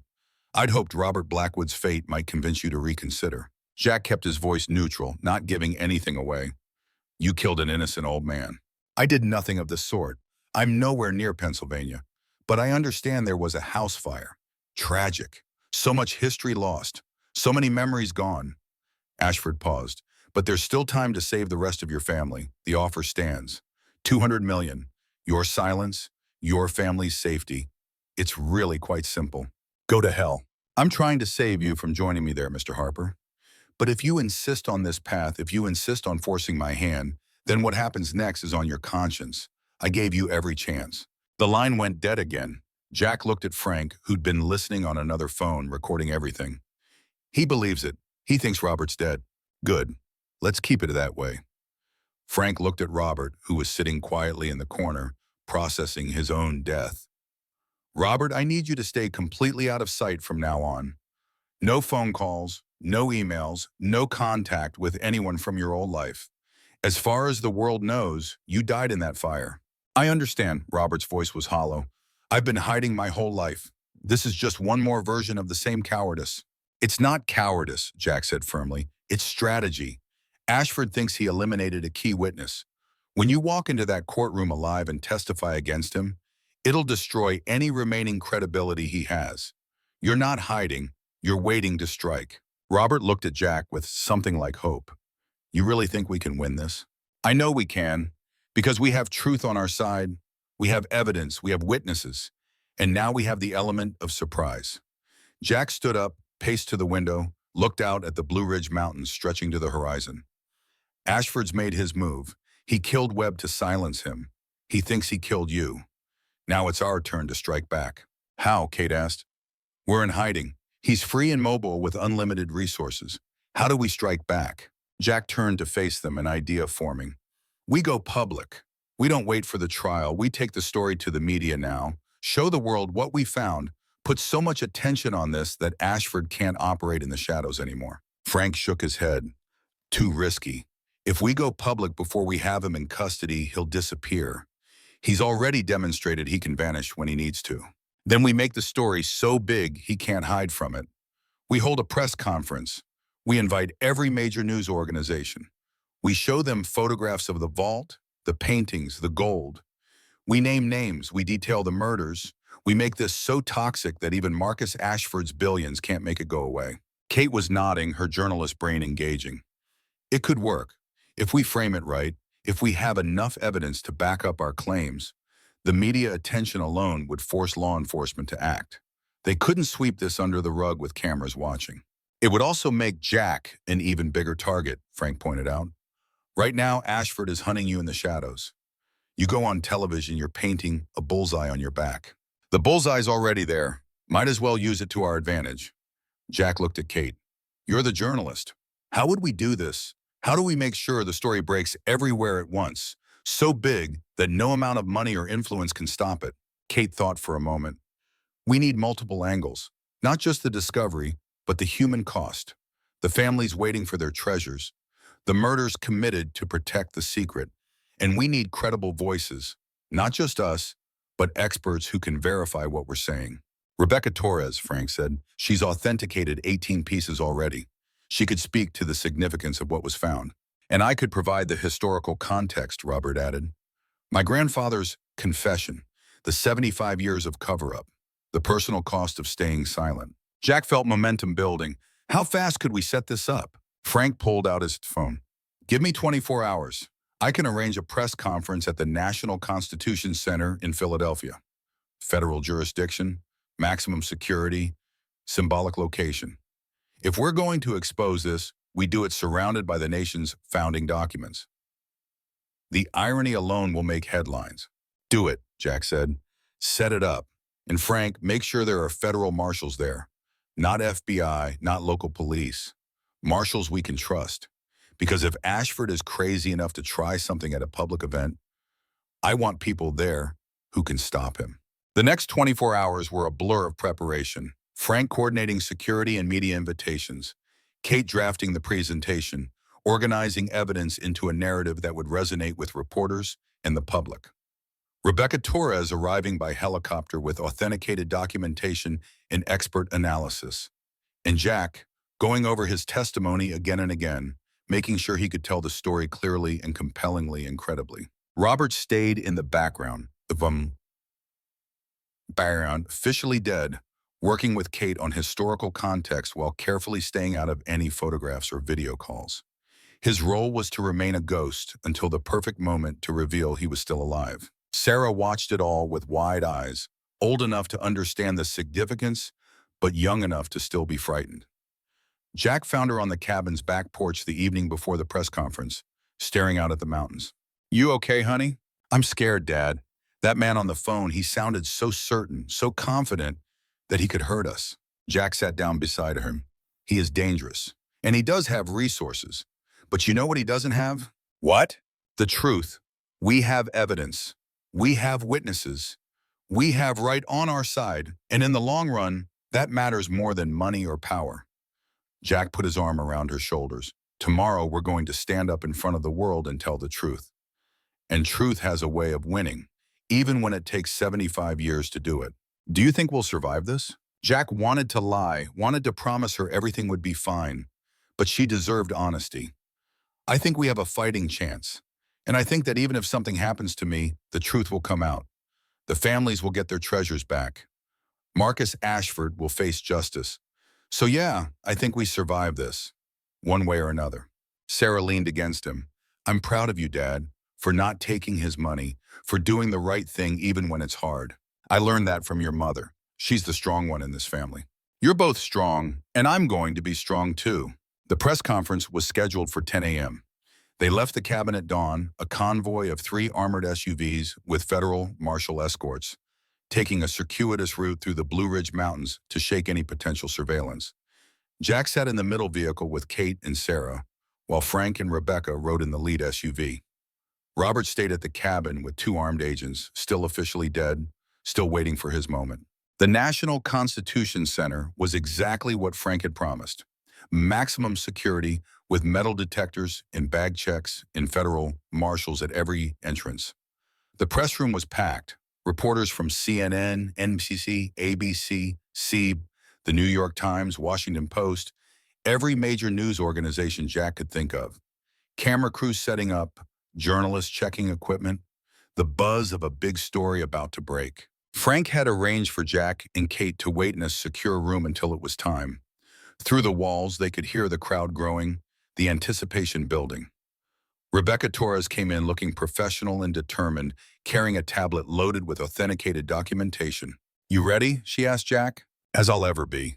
Good, because this is going to be the biggest art recovery story in decades. Maybe ever. People need to hear this. At 5 minutes to 10, Sarah Chen, the federal prosecutor, appeared.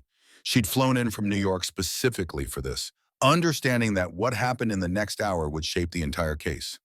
Mr. Harper, Mrs. Harper, it's time. They walked out onto the stage, and camera flashes exploded like fireworks. Jack had never experienced anything like it. The weight of that many eyes, that much attention focused on him and what he was about to say. He sat down at the table Frank had arranged, Kate on one side, Rebecca on the other, Sarah Chen standing ready to moderate. Sarah Chen approached the microphone first. Good morning. Thank you all for coming. What you're about to hear represents one of the most significant art recovery operations in American history. It's a story of theft, conspiracy, murder, and ultimately, justice. I'd like to introduce Jack Harper, the man who made this possible. Jack stood, moved to the microphone, and looked out at the sea of faces. Somewhere in the back, he knew federal marshals were stationed, watching for threats. Somewhere out there, Marcus Ashford might be watching too, seeing his carefully protected secret exposed to the light for the first time. My name is Jack Harper. I'm a contractor from Pennsylvania. 3 weeks ago, I bought an abandoned farmhouse at auction for $4,200.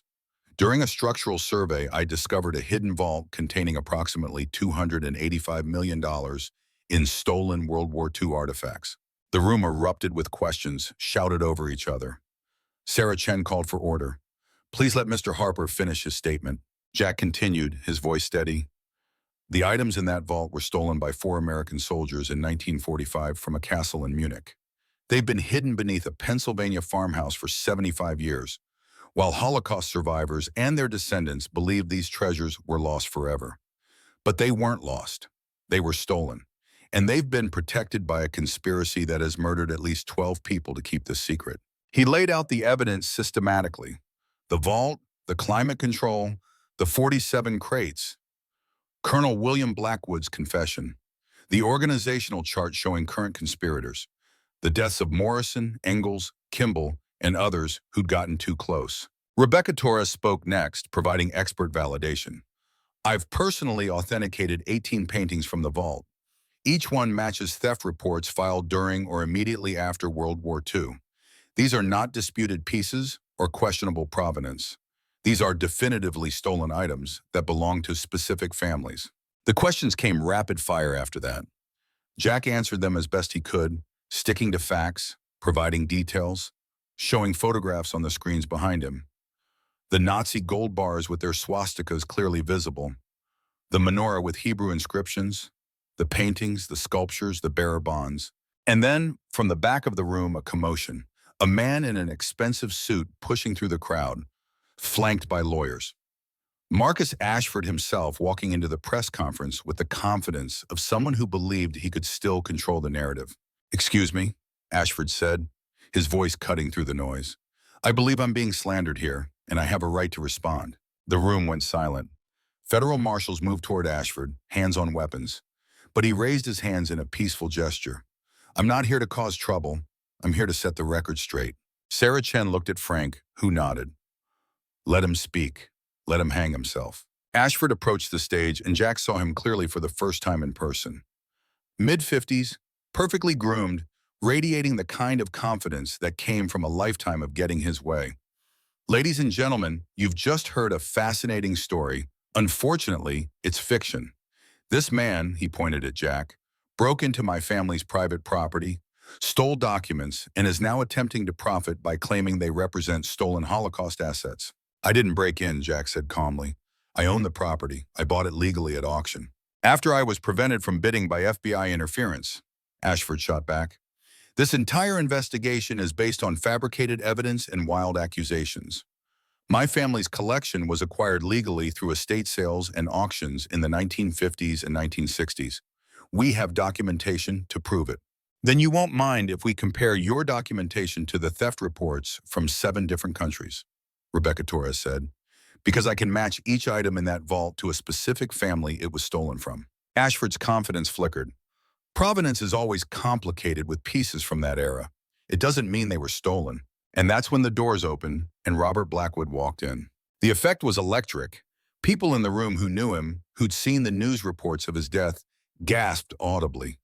Marcus Ashford turned white, genuinely shocked for the first time. "You're dead," Ashford said, the words coming out before he could stop them. "Not quite," Robert said, walking to the stage with his cane, moving slowly but steadily. "Your people burned down my house with me, supposedly inside. But I wasn't there. I was here, waiting for this moment, waiting to testify against you and your network." The room exploded, journalists shouting questions, cameras swiveling to capture Robert's approach.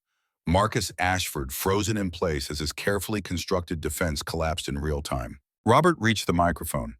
"My name is Robert Blackwood. My grandfather, Colonel William Blackwood, stole those items in 1945. He and 3 other soldiers, including Marcus Ashford's grandfather, built a conspiracy to hide them. That conspiracy has murdered 12 people over 75 years. I know because one of those victims was my brother Michael, killed in 2002 for trying to expose the truth." He pulled out a folder. "This is my grandfather's confession, written in his own hand, detailing every crime, every theft, every murder. And I'm giving it to federal prosecutors today, along with my full testimony about everything I know." Marcus Ashford tried to speak, tried to formulate a response, but the federal marshals were already moving. Sarah Chen's voice rang out clear and authoritative. "Marcus Ashford, you're under arrest for conspiracy to commit murder, kidnapping, trafficking in stolen goods, and approximately 40 other federal charges." Ashford's lawyers surged forward, but the marshals were faster, professional, reading him his rights while snapping handcuffs onto wrists that had never known restraint. Ashford was shouting something about illegal detention and harassment, but his voice was lost in the chaos of a press conference turned arrest, of carefully hidden crimes exposed to the brightest possible light. Jack watched it all with a sense of profound relief mixed with disbelief. They'd done it. Against all odds, against threats and bribes and attempted murder, they'd exposed the conspiracy and brought Marcus Ashford into custody where he couldn't hurt anyone else. Kate grabbed his hand, and Sarah Chen was saying something about additional charges, and Rebecca Torres was showing reporters authentication documents. And through it all, Jack just felt grateful. Grateful to be alive. Grateful his family was safe. Grateful that Robert Blackwood had found his courage at exactly the right moment. They led Marcus Ashford away in handcuffs, and the last thing Jack saw before the doors closed was the expression on Ashford's face. Not anger, not defiance, but genuine fear. The fear of a man who'd spent his entire life believing he was untouchable, finally understanding that he'd run out of places to hide. The press conference continued for another hour, questions and answers and the slow process of helping reporters understand the magnitude of what had been revealed. But the headline was already written. The story was already breaking. Within hours, it would be on every news network, every website, every social media platform. The 75-year conspiracy was over. The vault was exposed, and justice, however delayed, was finally arriving. Later that evening, back at Frank's secure cabin, they gathered around a television watching the news coverage. Every network led with the story. Massive Nazi art cache discovered in Pennsylvania. Holocaust assets recovered after 75 years. American conspiracy exposed by veteran contractor. Sarah sat between Jack and Kate, watching her father become a reluctant hero, watching history unfold in real time. Robert sat in a chair nearby, tears streaming down his face, finally able to grieve for his brother, knowing that Michael's death had meaning, had led to this exposure, this justice. Frank's phone hadn't stopped ringing. Federal prosecutors wanting statements, museums wanting details, families wanting to know if their stolen items were among the recovered pieces. He fielded calls with professional efficiency, coordinating what would be the largest art repatriation effort in decades. "We did it," Kate said quietly. "We actually did it." "You did it," Frank corrected. "Jack found the vault. You made it public." Robert had the courage to testify. "I just provided security and logistics." "We all did it," Jack said. "Together, that's the only way this worked." His phone buzzed with a text from an unknown number. Jack's hand went instinctively to his weapon before he remembered he didn't have one. Before he realized the threat was over, Ashford was in custody, the danger had passed. He opened the message. It was from one of the federal marshals who'd made the arrest. "Thought you'd want to know. Ashford requested a phone call. We monitored it. He was trying to arrange bail, calling in favors. Every single person he called refused to help. You broke his network. He's completely isolated." Jack showed the message to Kate and Frank. "It's really over." "The arrest is over," Frank said. "The trial will take months, but yeah, the immediate danger is over. Marcus Ashford is in federal custody, and based on the evidence we have, he's not getting out." Sarah hugged her father. "Can we go home now?" "Soon, honey, soon. Frank needs to make sure it's safe first. But yes, we're going home." That night, lying in bed in Frank's safe cabin, Kate curled against him in the darkness. Jack thought about everything that had happened since that auction 3 weeks ago. A $4,000 gamble that had turned into the fight of his life, that had cost him his sense of safety, but given him something more valuable. Purpose, meaning, the knowledge that he'd fought for something that mattered. "No regrets?" Kate whispered. "A few. I regret that Robert lost his house. I regret that we had to put Sarah through this. I regret that it took 75 years for this to come to light." Jack pulled Kate closer. "But I don't regret buying that farmhouse, and I don't regret refusing Ashford's money. Some things are worth the fight. Even when the fight almost kills you, especially then." They lay in comfortable silence for a while, listening to the mountain night outside, to the sound of Sarah's soft breathing from the next room, to the quiet conversation of federal agents on security duty. Safe sounds, normal sounds, the sounds of a crisis passing, of danger receding, of life slowly returning to something approaching normal. Tomorrow would bring new challenges, legal procedures and testimony, and the slow grind of the justice system. But tonight they were alive and together and safe, and Marcus Ashford was in a federal cell contemplating life without the money and power that had always protected him. It was enough. For now, it was more than enough. The Gulfstream flew for 3 hours before landing, and through those long minutes, Jack Harper sat in silence across from Marcus Ashford, his wounded shoulder screaming pain with every bout of turbulence, blood soaking through the makeshift bandage one of the contractors had applied. Ashford sipped scotch and made phone calls, arranging what sounded like business deals, but were almost certainly the final disposal of a witness who'd refused to be reasonable. The plane descended toward what Jack could see through the window was a private airstrip in the middle of wilderness, mountains stretching in every direction, remote, isolated, the kind of place where screams wouldn't carry and bodies could disappear without a trace. Marcus Ashford noticed Jack studying the landscape. "Beautiful, isn't it? 40,000 acres of hunting preserve. Completely private. Your body will never be found, Mr. Harper. In a year or two, you'll be declared legally dead, and your family will move on." Life continues. The world doesn't forget $4 billion in stolen Holocaust assets, Jack said, his voice rough but steady. Or 20 murders, killing me changes nothing. It changes everything. It sends a message. Ashford finished his scotch. You could have been wealthy. Instead, you chose principle, and principle gets people killed. They landed and transferred Jack to a hunting lodge deep in the mountains, then down to a basement carved from living rock. An interrogation room, drains in the floor, stains that told stories Jack didn't want to think about. They zip-tied him to a chair, and Marcus Ashford introduced him to Victor, a man in his 60s whose face carried a lifetime of inflicting pain. You've caused me considerable damage, Ashford said calmly. The FBI has arrested 7 network members, seized the vault, frozen accounts, all because you couldn't mind your own business. So before you die, you are going to tell me everyone you've spoken to, everyone who helped you, and where Frank Hayes keeps his backup evidence. Jack thought about Frank, about Rebecca, about Robert supposedly dead in that house fire. Go to hell. I was hoping you'd be reasonable. Victor, he's all yours. Keep him alive and aware. The next hours blurred into continuous agony. Victor was skilled, knew exactly how much damage the human body could absorb before shutting down. But Jack had SEER training, had been taught how to resist interrogation, how to compartmentalize pain. He focused on Sarah's face, on Kate's voice, and refused to give them a single name. Somewhere in the 3rd hour, Ashford's phone rang. He listened, and his expression shifted from patient confidence to concern. When? How many? A pause. I see. He ended the call and looked at Victor. Stop for a moment. Victor stepped by and Jack slumped in the chair, the room spinning.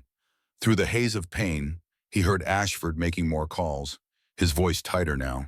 Some of the casual confidence replaced by something that might have been worry. We have a problem, Ashford said finally. Your wife didn't go quietly into protective custody. She went on national television. Even through the pain, Jack felt hope flicker. Kate. She gave an interview to CNN, showed photographs of the vault, detailed the conspiracy, named names, very publicly announced that her husband was kidnapped by men working for me. It's been airing for 2 hours. Social media is exploding. The FBI has issued an arrest warrant for me personally. Jack started to laugh despite the agony it caused. Kate had done what she did best. She'd made the story too big to bury, too public to ignore. Ashford stood, straightened his suit. This changes nothing. You're still going to die. She's still going to watch her husband disappear. And I'm still going to walk away because I have resources she can't imagine. But Jack could hear the uncertainty in his voice now. The man had spent 75 years believing his money made him untouchable. And now he was discovering that some things couldn't be bought. The torture continued for hours more. Victor was relentless, professional, keeping Jack right at the edge of consciousness.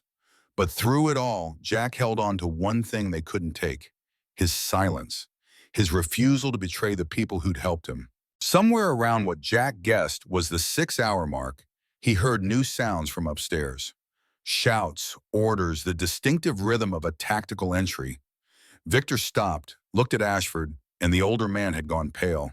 How many? Federal marshals? How did they find us? The basement door burst open, and FBI tactical team poured down, weapons up, professional and controlled. Jack saw Victor and the contractors hit the ground, saw Marcus Ashford frozen with his hands rising, and then he saw Frank Hayes coming down behind the tactical team, bloodied and bandaged, but very much alive.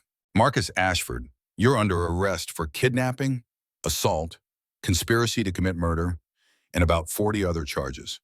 Frank's voice was professionally calm, but Jack could hear the fury underneath. They cut Jack's zip ties, and he collapsed forward, would have hit the floor if someone hadn't caught him. The room spun, voices washing over him, and he heard Frank calling for medical, heard someone saying his vitals were dropping. Kate, Jack managed. Sarah, are they safe? Frank's face appeared in his fading vision. They're safe. They're at the FBI field office in Philadelphia waiting to hear you're okay. You did good, son. You held out. How did you find me? Frank almost smiled. Your wife. When she went on CNN, she didn't just tell the story. She worked with aviation experts to track Ashford's flight path, used satellite imagery analysis, and basically crowdsourced your rescue on national television. We got over 300 tips within an hour.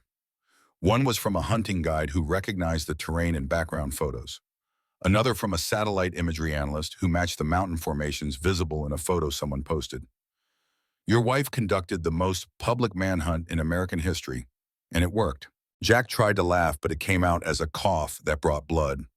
That's my girl. Rest now. You're going to a hospital. You're going to be okay.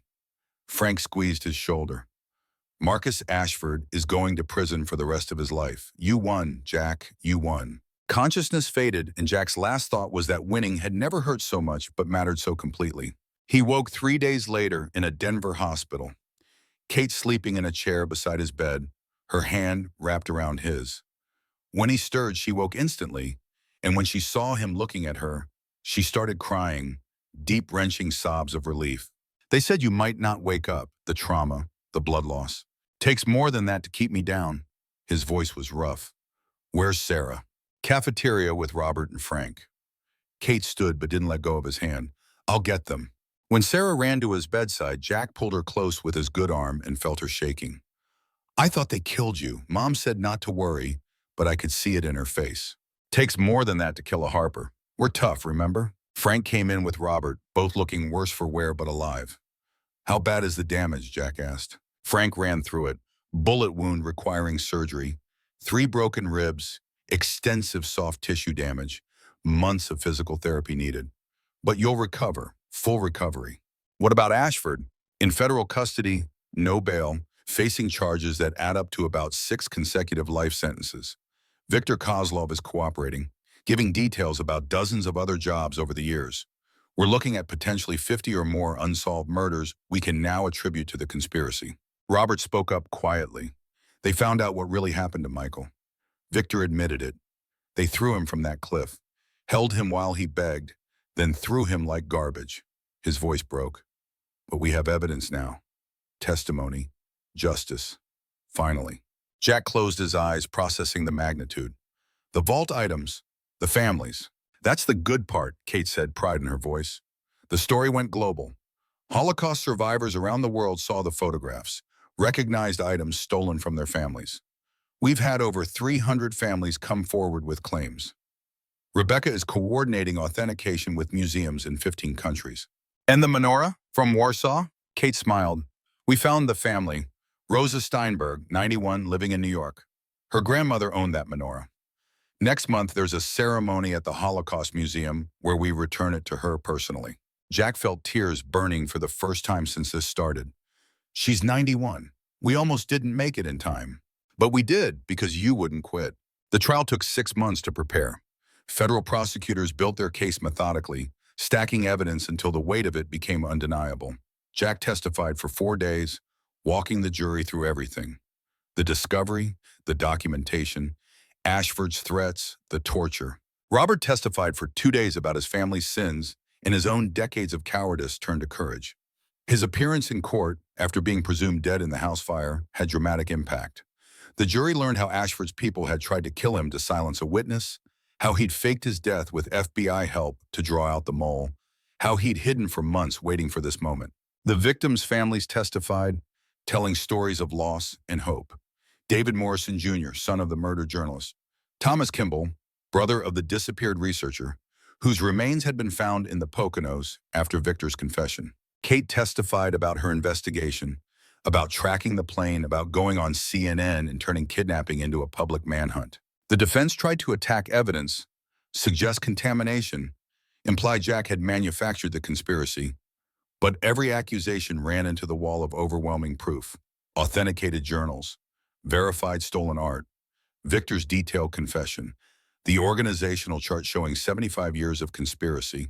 The trial lasted 6 weeks. The jury deliberated 11 hours. When the foreman stood and read the verdicts, guilty on all 47 counts, Jack felt something heavy lift from his chest. Behind him, victims' families wept. Robert let out a breath held for 22 years. Marcus Ashford sat perfectly still, hands trembling on the defense table. The man who'd believed money made him untouchable was learning some debts couldn't be paid with cash. The sentencing came 30 days later. Judge Patricia Morrison, distantly related to David Morrison, made it count. Life without parole on each murder conspiracy charge to run consecutively. 420 years total. You will die in federal prison, Mr. Ashford. You will never know freedom again. And perhaps you will reflect on choices that brought you here. The choice to value money over human life. The choice to torture a man only trying to do right. Those choices have consequences. Today, you're learning what those consequences are. The repatriation ceremony 3 months later felt like the real conclusion. The Holocaust Museum in Washington hosted it, 500 people attending. The recovered items displayed, each labeled with history and the family it belonged to. Jack stood with Kate and Sarah near the back, uncomfortable with attention. People approached constantly to thank him, to tell him what the recovery meant. But the moment that mattered was Rosa Steinberg approaching the menorah. 91 years old, tiny and frail, supported by her granddaughter. She touched it like something holy, traced the Hebrew inscriptions, examined branches her grandmother had lit every Friday in Warsaw before the world went mad. "I thought I would die without seeing this again," Rosa said, tears streaming. "I thought the Nazis had destroyed everything, made it like my family never existed, but here it is." She turned to Jack, walked over, and put her hand on his cheek with grandmother's gentle touch. "You gave me back my family, not just the menorah. You proved we existed, that we mattered, that what was taken wasn't forgotten. You're a good man, Mr. Harper." Jack felt his throat close, unable to speak, just holding her fragile hand and hoping she understood what her words meant. The ceremony continued for hours. Item after item returned to grateful families. Jack watched it all with profound satisfaction, mixed with humility, knowing he'd played a part, but that the real heroes were the people who'd survived the Holocaust, who'd rebuilt from nothing, who'd passed down stories so younger generations would know what had been lost. Later, at home finally, normal life slowly returning, Jack sat with Kate and Sarah watching the news coverage. Every network led with the story. Massive Nazi art cache discovered. Holocaust assets recovered after 75 years. American conspiracy exposed. "We did it," Kate said quietly. "We all did it," Jack corrected, "together." His phone buzzed with a text from Frank Hayes. Another lead, potential vault in Montana, different network, similar pattern. "Interested?" Jack looked at Kate and Sarah, at the life he'd nearly lost, at the peace they'd fought so hard to achieve. He typed back, "Not right now. Give me a year to remember what normal feels like. Then we'll talk." Frank's response came quickly. "Fair enough. Enjoy the umbrella drinks." Jack put the phone away and didn't check it for the rest of the night.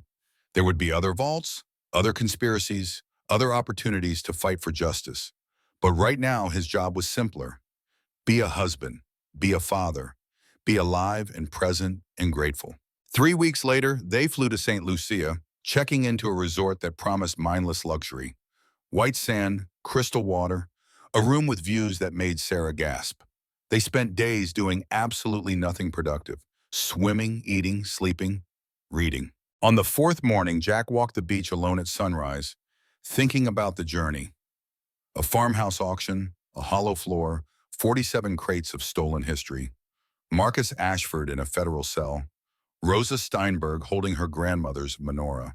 300 families getting pieces of heritage back. He'd bought a house for $4,200 and found $4 billion in stolen treasures. But what he'd really found was purpose, legacy, proof that one person with courage could change everything. Kate found him an hour later, slipped her hand into his. "You're thinking about it again." "Can't help it. Everything that happened keeps replaying." "That's normal. Trauma doesn't disappear because you won." She was quiet. "But I need you to know I see you, not the war hero or the CID investigator. I see the man who carried our daughter through a forest while people shot at you. The man who got tortured 6 hours rather than give up names. I see you, Jack Harper, and you're the best man I've ever known. I was so scared, not of dying, but of leaving you and Sarah alone. You protected us by refusing to talk, by holding out until Frank found you, by teaching Sarah what courage looks like." They stood together as the sun climbed, as resort guests appeared, as the world continued turning. And Jack thought about Rosa touching that menorah, about Marcus Ashford spending life in prison, about justice delayed but finally delivered. He'd found his truth in a vault beneath a Pennsylvania farmhouse, and he'd fought for it, bled for it, nearly died for it. The trial was over. Ashford was convicted. 300 families had their treasures back. It was enough. For now, it was more than enough. The war was won. The federal courthouse in Philadelphia had been built to project authority and permanence. marble columns rising like monuments to the idea that justice would eventually arrive.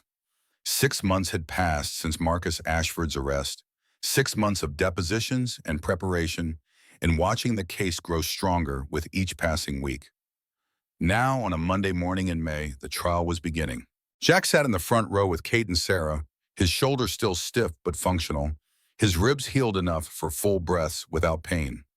Behind them, the courtroom packed with journalists, victims' families, and citizens who'd followed the case since Kate's CNN interview made it international news. Marcus Ashford sat at the defense table in an expensive suit, flanked by 5 lawyers. He looked calm, confident even, like a man who still believed money would protect him from consequences.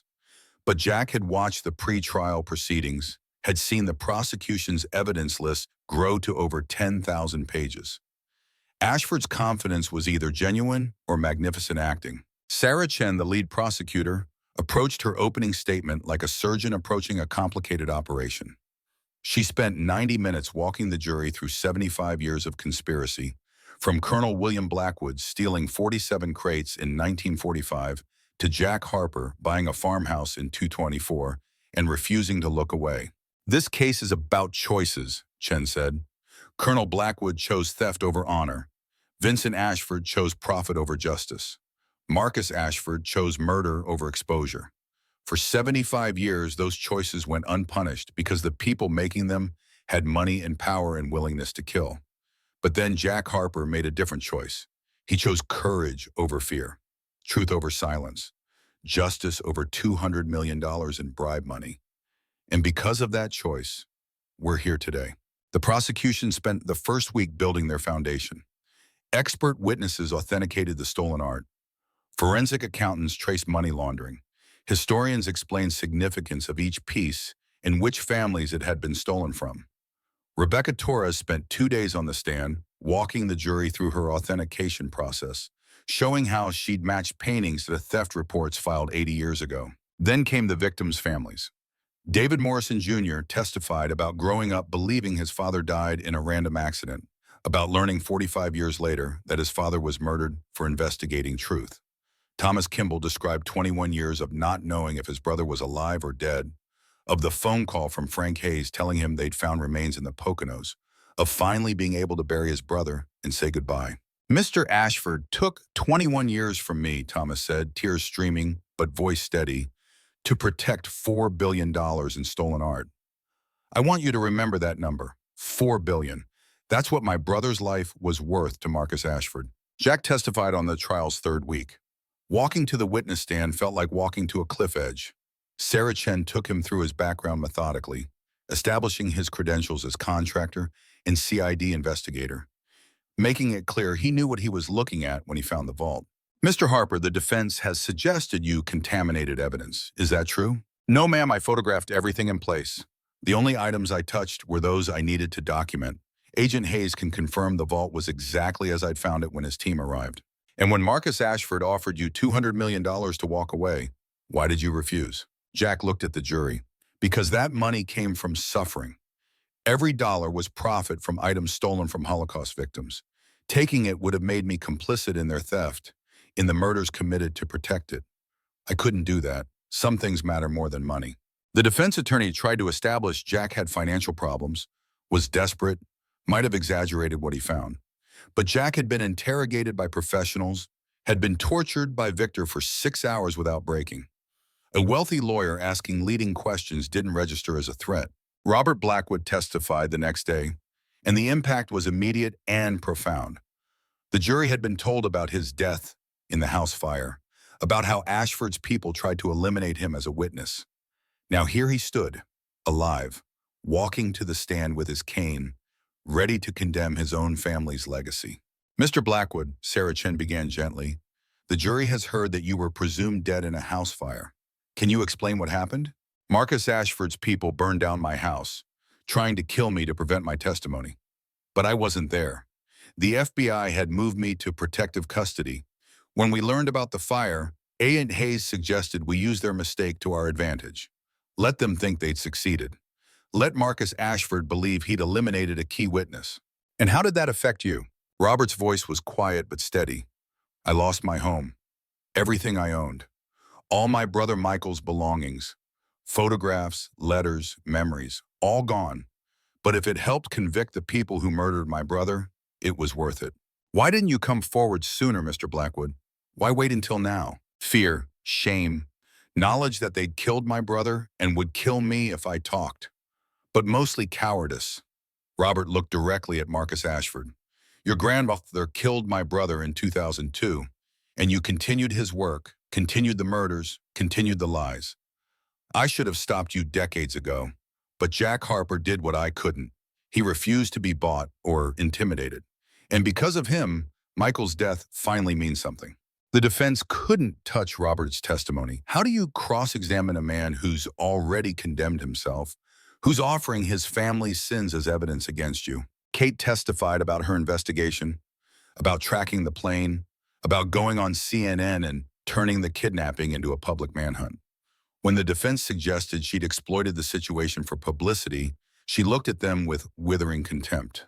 My husband was being tortured while Marcus Ashford's lawyers were probably drafting press releases. I used every tool at my disposal to find Jack before he died. If that makes me guilty of something, I'll wear that guilt proudly. The defense case lasted 3 days. Character witnesses testified Ashford was a philanthropist, a job creator. Expert witnesses suggested some evidence might have been misinterpreted, but they didn't call Ashford himself, put him on the stand, and Chen would destroy him on cross-examination. The jury deliberated 11 hours. When they filed back in, Jack felt his heart hammering. Everything came down to this, all the pain, fear, sacrifice. The foreman stood, a middle-aged black man who'd been a high school principal. He looked at Ashford, then at the judge. On the charge of conspiracy to traffic in stolen cultural property, we find the defendant guilty. On the charge of conspiracy to commit murder, we find the defendant guilty. On the charge of money laundering, guilty. On the charge of kidnapping, guilty. On the charge of witness tampering, guilty. Guilty on all 47 counts. Behind Jack, David Morrison Jr. started crying. Thomas Kimball exhaled breath held for 21 years. 300 victims' families finally got justice they'd been denied for 3/4 of a century. Marcus Ashford sat perfectly still, but Jack saw his hands trembling. The man who'd believed his money made him untouchable was discovering some debts couldn't be paid with cash. Judge Morrison called for order as the courtroom erupted. Mr. Ashford, you have been found guilty on all counts. Sentencing will take place in 30 days. Until then, you remain in federal custody without bail. They led Ashford away in handcuffs, and the last thing Jack saw was the expression on his face. Not anger, not defiance, but genuine fear. The sentencing hearing 30 days later was quieter but no less significant. Judge Morrison used her judicial platform to ensure history would record not just what Ashford had done, but why punishment mattered. Mr. Ashford, you stand convicted of crimes spanning 3/4 of a century that cost 20 lives, that deprived hundreds of Holocaust survivors of cultural property, rightfully theirs. The law provides for consecutive sentences on these charges, and the court sees no reason to show mercy to a man who showed none to his victims. Life without parole on each murder conspiracy charge, to run consecutively. 420 years total. You will die in federal prison, Mr. Ashford. You will never know freedom again. And perhaps you will reflect on choices that brought you here. The repatriation ceremony 3 months later felt like the real conclusion. The Holocaust Museum in Washington hosted it, 500 people attending, including survivors, descendants, diplomats from 15 countries. Jack stood with Kate and Sarah near the back, uncomfortable with attention, but unable to avoid it. People kept approaching to thank him, to tell him what recovery meant to their families. But the moment that mattered most came when Rosa Steinberg approached the menorah. 91 years old, tiny and frail, supported by her granddaughter. She reached out with shaking hands and touched the golden menorah her grandmother had lit every Friday in Warsaw before the world went mad. I thought I would die without seeing this again, Rosa said, tears streaming. I thought the Nazis had destroyed everything, made it like my family never existed, but here it is. She turned to Jack, walked over with her granddaughter's help, and put her hand on his cheek. You gave me back my family, not just the menorah. You proved we existed, that we mattered, that what was taken wasn't forgotten. Jack felt his throat close, couldn't speak, just held her fragile hand, hoping she understood. The ceremony continued for hours. Item after item returned. Jack watched with satisfaction mixed with humility. The real heroes were the Holocaust survivors who'd rebuilt from nothing, who'd passed down stories ensuring younger generations would remember. The legal battle over Jack's finder's fee took months, technically entitled to 10% under Pennsylvania law, $28.5 million. His lawyer pushed for the full amount, but Jack couldn't stop thinking about Rosa, about the families who'd waited 80 years. I don't want it, not a penny. Mara, be reasonable. You have a daughter to support. They reached a compromise. Jack accepted $1 million for time, expenses, and testimony. The remaining $27.5 million went into the Blackwood Truth and Recovery Foundation, named after Michael Blackwood and the conspiracy that killed him. Robert served as co-director, Kate as oversight board chair. Foundation mission: investigate hidden Holocaust asset caches, fund wartime theft research, support families searching for lost cultural property, educate future generations about historical justice. The farmhouse became another legacy. After debate about whether to demolish or sell, Jack had a different idea. He purchased the 18 acres using his own money, spent 6 months overseeing careful renovation. The house restored to 1920s character. The vault preserved exactly as found, transformed into museum and education center. Visitors could tour the underground chamber, see where crates had been stored, read Colonel Blackwood's journals under glass, learn about the 75-year conspiracy. But the museum wasn't just about theft. It was about recovery, justice, the courage it takes to expose uncomfortable truths. One room honored the families who'd gotten treasures back. Photos lined walls. Rosa Steinberg and her menorah. Goldstein family and Torah scroll. Video testimonials playing on loop. Another room honored those who died trying to expose the conspiracy. Morrison, Engels, Kimball, Michael Blackwood. Their photos alongside their research, their courage preserved for history. A final room looked forward. Maps showing ongoing investigations. Updates on foundation work. Information about how people could help or report potential leads. The museum opened on a cold November morning, exactly 1 year after Jack first broke through that basement floor. Over 500 people attended, including 23 families who'd recovered items, Holocaust survivors, federal officials, international delegations. Robert spoke first. 3 years ago, I was a coward. I'd lived 73 years knowing a terrible secret and did nothing. My brother Michael died trying to expose it. For 22 years after his death, I remained silent. Then Jack Harper bought this house, and everything changed. His voice broke. Michael, if you're listening, we finished what you started. Your death meant something. You're a hero. Standing ovation. Jack spoke reluctantly but necessarily. I'm not comfortable being called a hero. I'm a contractor. I bought a house. I found something I couldn't ignore. The real heroes are the people who died trying to expose this before I did. The real heroes are Holocaust survivors who lost everything and still found strength to rebuild. He looked at Robert. This museum isn't about me. It's about them, about remembering that justice matters, that truth matters, that we can't let evil people operate in shadows. Rosa Steinberg spoke, 91 and frail, but voice clear. I am 91. I survived Auschwitz. I survived losing my parents, my brothers, my entire world. For 80 years, I thought the Nazis erased my family completely. But Jack Harper and Robert Blackwood proved them wrong. They found my grandmother's menorah. They found proof we existed, proof we mattered. Her voice was fierce. Young people here today, remember. Remember us. Remember what happens when good people stay silent. Remember what happens when brave people speak up. The entire audience in tears, grown men, veterans crying. The museum became more successful than anyone anticipated. Within the first year, over 50,000 visited. Schools brought field trips. Holocaust education organizations held conferences. Researchers used it as investigation base. The foundation's work expanded rapidly. They identified 7 other potential hidden caches across the U.S. and Europe. 3 successfully investigated, yielding additional recovered items worth $42 million, all returned to rightful owners. For Jack personally, life had changed in ways he never imagined.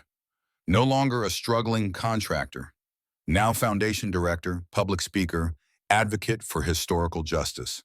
He'd written a book documenting the story for future generations, all proceeds to the foundation. But he preferred the quiet work, meeting with families, reviewing research, planning new investigations. 2 years after the discovery, Jack received a call from an unexpected source, David Morrison's son, Peter. My father died in 1978. I was 12. They told us it was an accident. For 45 years, I believed that. Then I read about your discovery, about how my father was murdered investigating stolen art. I need to know, is it true? Jack met him at the museum the following week. Peter Morrison, 57, a high school history teacher from Pittsburgh. Jack showed him the journal entries. Morrison problem resolved. Peter read silently, tears streaming. Thank you.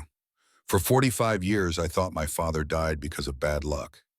Now I know he died because he was trying to do something important. He was brave. He was very brave. His research helped lay groundwork others built on. Can I add something to the memorial room for my father? A week later, new display appeared beside David Morrison's photo, his reporter's notebook, press credentials, and letter to his wife the week before he died. I'm on to something big. If something happens to me, know I'm not just chasing headlines. I'm trying to do the right thing. Reading that letter, Jack felt the full weight of what had been accomplished. Not just recovered art, not just exposed criminals, but recovered stories, recovered dignity, recovered justice for people who died thinking their causes were lost. The 3-year anniversary ceremony was special. 52 families present, all connected to recovered items. Rosa Steinberg stood at the podium, 94 now, frail but fierce. For 80 years, my family wondered what happened to my grandmother's menorah. We thought it was melted for gold. We thought it was gone forever. She paused, tears streaming. But Mara Hendress, a woman with no obligation to care, who could have walked away, who could have stayed silent, she chose to care. She chose to fight. She chose to bring it home. Rosa looked directly at Jack. You gave me back more than a menorah. You gave me back my grandmother's memory. You proved that even after 80 years, even after all the death and loss and horror, justice is still possible. Hope is still possible. The crowd erupted in standing ovation. 52 families rose to their feet. Jack stood, tears streaming, as 300 families, people he'd never met before that press conference 3 years ago, honored him with applause that felt like absolution. Sarah squeezed his hand. You did good, Mom. We did good, Jack corrected, pulling his daughter close. The Harper family flew to St. Lucia 2 weeks later as promised. White sand beaches, crystal blue water, room with views that made Sarah gasp. They spent 3 days doing absolutely nothing productive.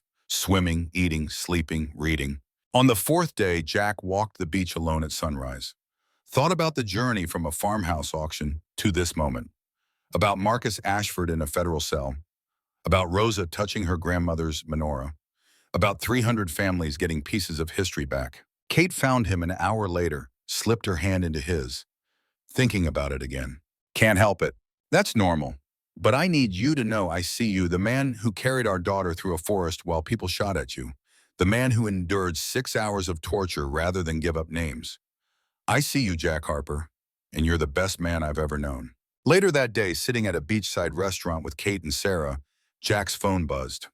Message from Frank Hayes, another lead, potential vault in Montana. Interested? Jack stared at the message, feeling the pull.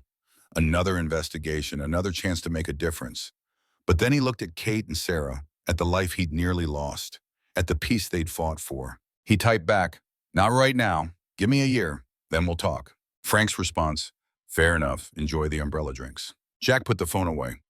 There would be other vaults, other conspiracies, other opportunities to fight for justice. But right now his job was simpler. Be a husband, be a father, be alive and present and grateful. 3 weeks later, they flew home to Pennsylvania. Jack went back to work, taking small contracting jobs, relearning rhythms of normal life. Kate returned to freelance journalism. Sarah started senior year, talking about college with confidence of someone who'd survived something terrible and come out stronger. The foundation officially launched in October. Robert as co-director, Jack as chairman, Kate as ethics oversight. Small staff, partnerships with international organizations. Slow work of helping families search for cultural property stolen during wartime. Their first successful recovery came 4 months after launch. Manuscripts stolen from Baghdad during Iraq War, hidden in Texas storage facility. The family had been searching 15 years. When Jack handed them over in a small ceremony the media didn't cover, he felt the same satisfaction as watching Rosa touch her menorah. This was the work now. Not dramatic confrontations, not helicopter chases, but patient, methodical process of researching provenance, tracking leads, connecting families with lost heritage. Quieter than before, less dangerous, but no less important. On the 1-year anniversary of buying the farmhouse, Jack drove back to Ashford Hollow for the first time since the trial. The property had been seized by the federal government, vault preserved as evidence, talk of turning it into national monument. Jack stood at the end of the long driveway, looking at the stone farmhouse that had changed his life, and felt no regret. His phone rang. Robert, Jack, they're dedicating a memorial at the county courthouse tomorrow for Michael and the 19 others murdered by the conspiracy. The families asked if you'd speak. Jack looked at the farmhouse one more time, the place where he'd found $4 billion in stolen history and started a chain of events that cost him nearly everything but gave him back something more valuable. Purpose. I'll be there. And Robert, thank you for trusting me, for helping me, for being brave when it mattered most. I should be thanking you. You finished what I should have started 40 years ago. You gave Michael's death meaning. The memorial service was small and dignified. Jack spoke about courage and consequence, about the price of silence and power of truth, about 20 people who died trying to expose evil and deserved to be remembered as heroes. When he finished, Thomas Kimball approached and shook his hand. They stood together looking at the bronze plaque listing all 20 names. My brother's name is going to be here forever. People will see it, ask about it, learn what happened. That matters more than you know. Jack drove home as the sun set, Pennsylvania landscape rolling past. The foundation had 6 new leads to investigate. Sarah had been accepted to Penn State with full scholarship. Kate was working on a book about the families who'd gotten treasures back. And Jack, he was healing. Nightmares getting less frequent. Shoulder not aching as much. Fear fading into something manageable. He would never forget, would carry scars for life, but that was okay. Some experiences changed you, and you had to let them. When he got home, Kate and Sarah were cooking dinner together, laughing, the kitchen warm and bright. Jack stood in the doorway watching them, feeling grateful, bone deep. This was what he'd fought for. This moment, this life. They ate together, talked about their days, made plans for the weekend. Perfectly, beautifully normal. No conspiracies, no threats, no life or death stakes. Just a family that had survived something terrible and come out intact. That night, lying in bed with Kate sleeping beside him, Jack thought about the text from Frank, about the vault in Montana, about the part of him that wanted to chase that lead. But he also thought about what he had right here, and knew that some battles were worth walking away from if it meant protecting what you'd already won. Maybe in a year he'd be ready, maybe in 5 or 10, or maybe this was enough and the rest of his life could be about quieter victories. Jack closed his eyes and let sleep take him. And for the first time in a year, he didn't dream about basements or torture or helicopters. He dreamed about Sarah's graduation, about walking her down the aisle someday, about grandchildren he might live to meet. The sun rose over Pennsylvania, and Jack Harper woke ready to face whatever came next. Not as a hero, not as the man who'd exposed a 75-year conspiracy, but as a husband, a father, a contractor who'd bought the wrong house and refused to look away when he found something that mattered. Some stories end with triumph, some with tragedy. This one ended with something more valuable. It ended with a man who'd fought for justice and survived, who'd helped 300 families recover stolen heritage, who'd proven that courage and principle still meant something. It ended with Jack Harper going to work at the foundation, helping another family search for lost treasures, making a difference one case at a time. And in a federal prison in Pennsylvania, Marcus Ashford sat in his cell, stripped of money and power and freedom, learning what Jack had always known. Justice might be slow, it might be expensive, it might require unbearable sacrifice. But in the end, it always arrives.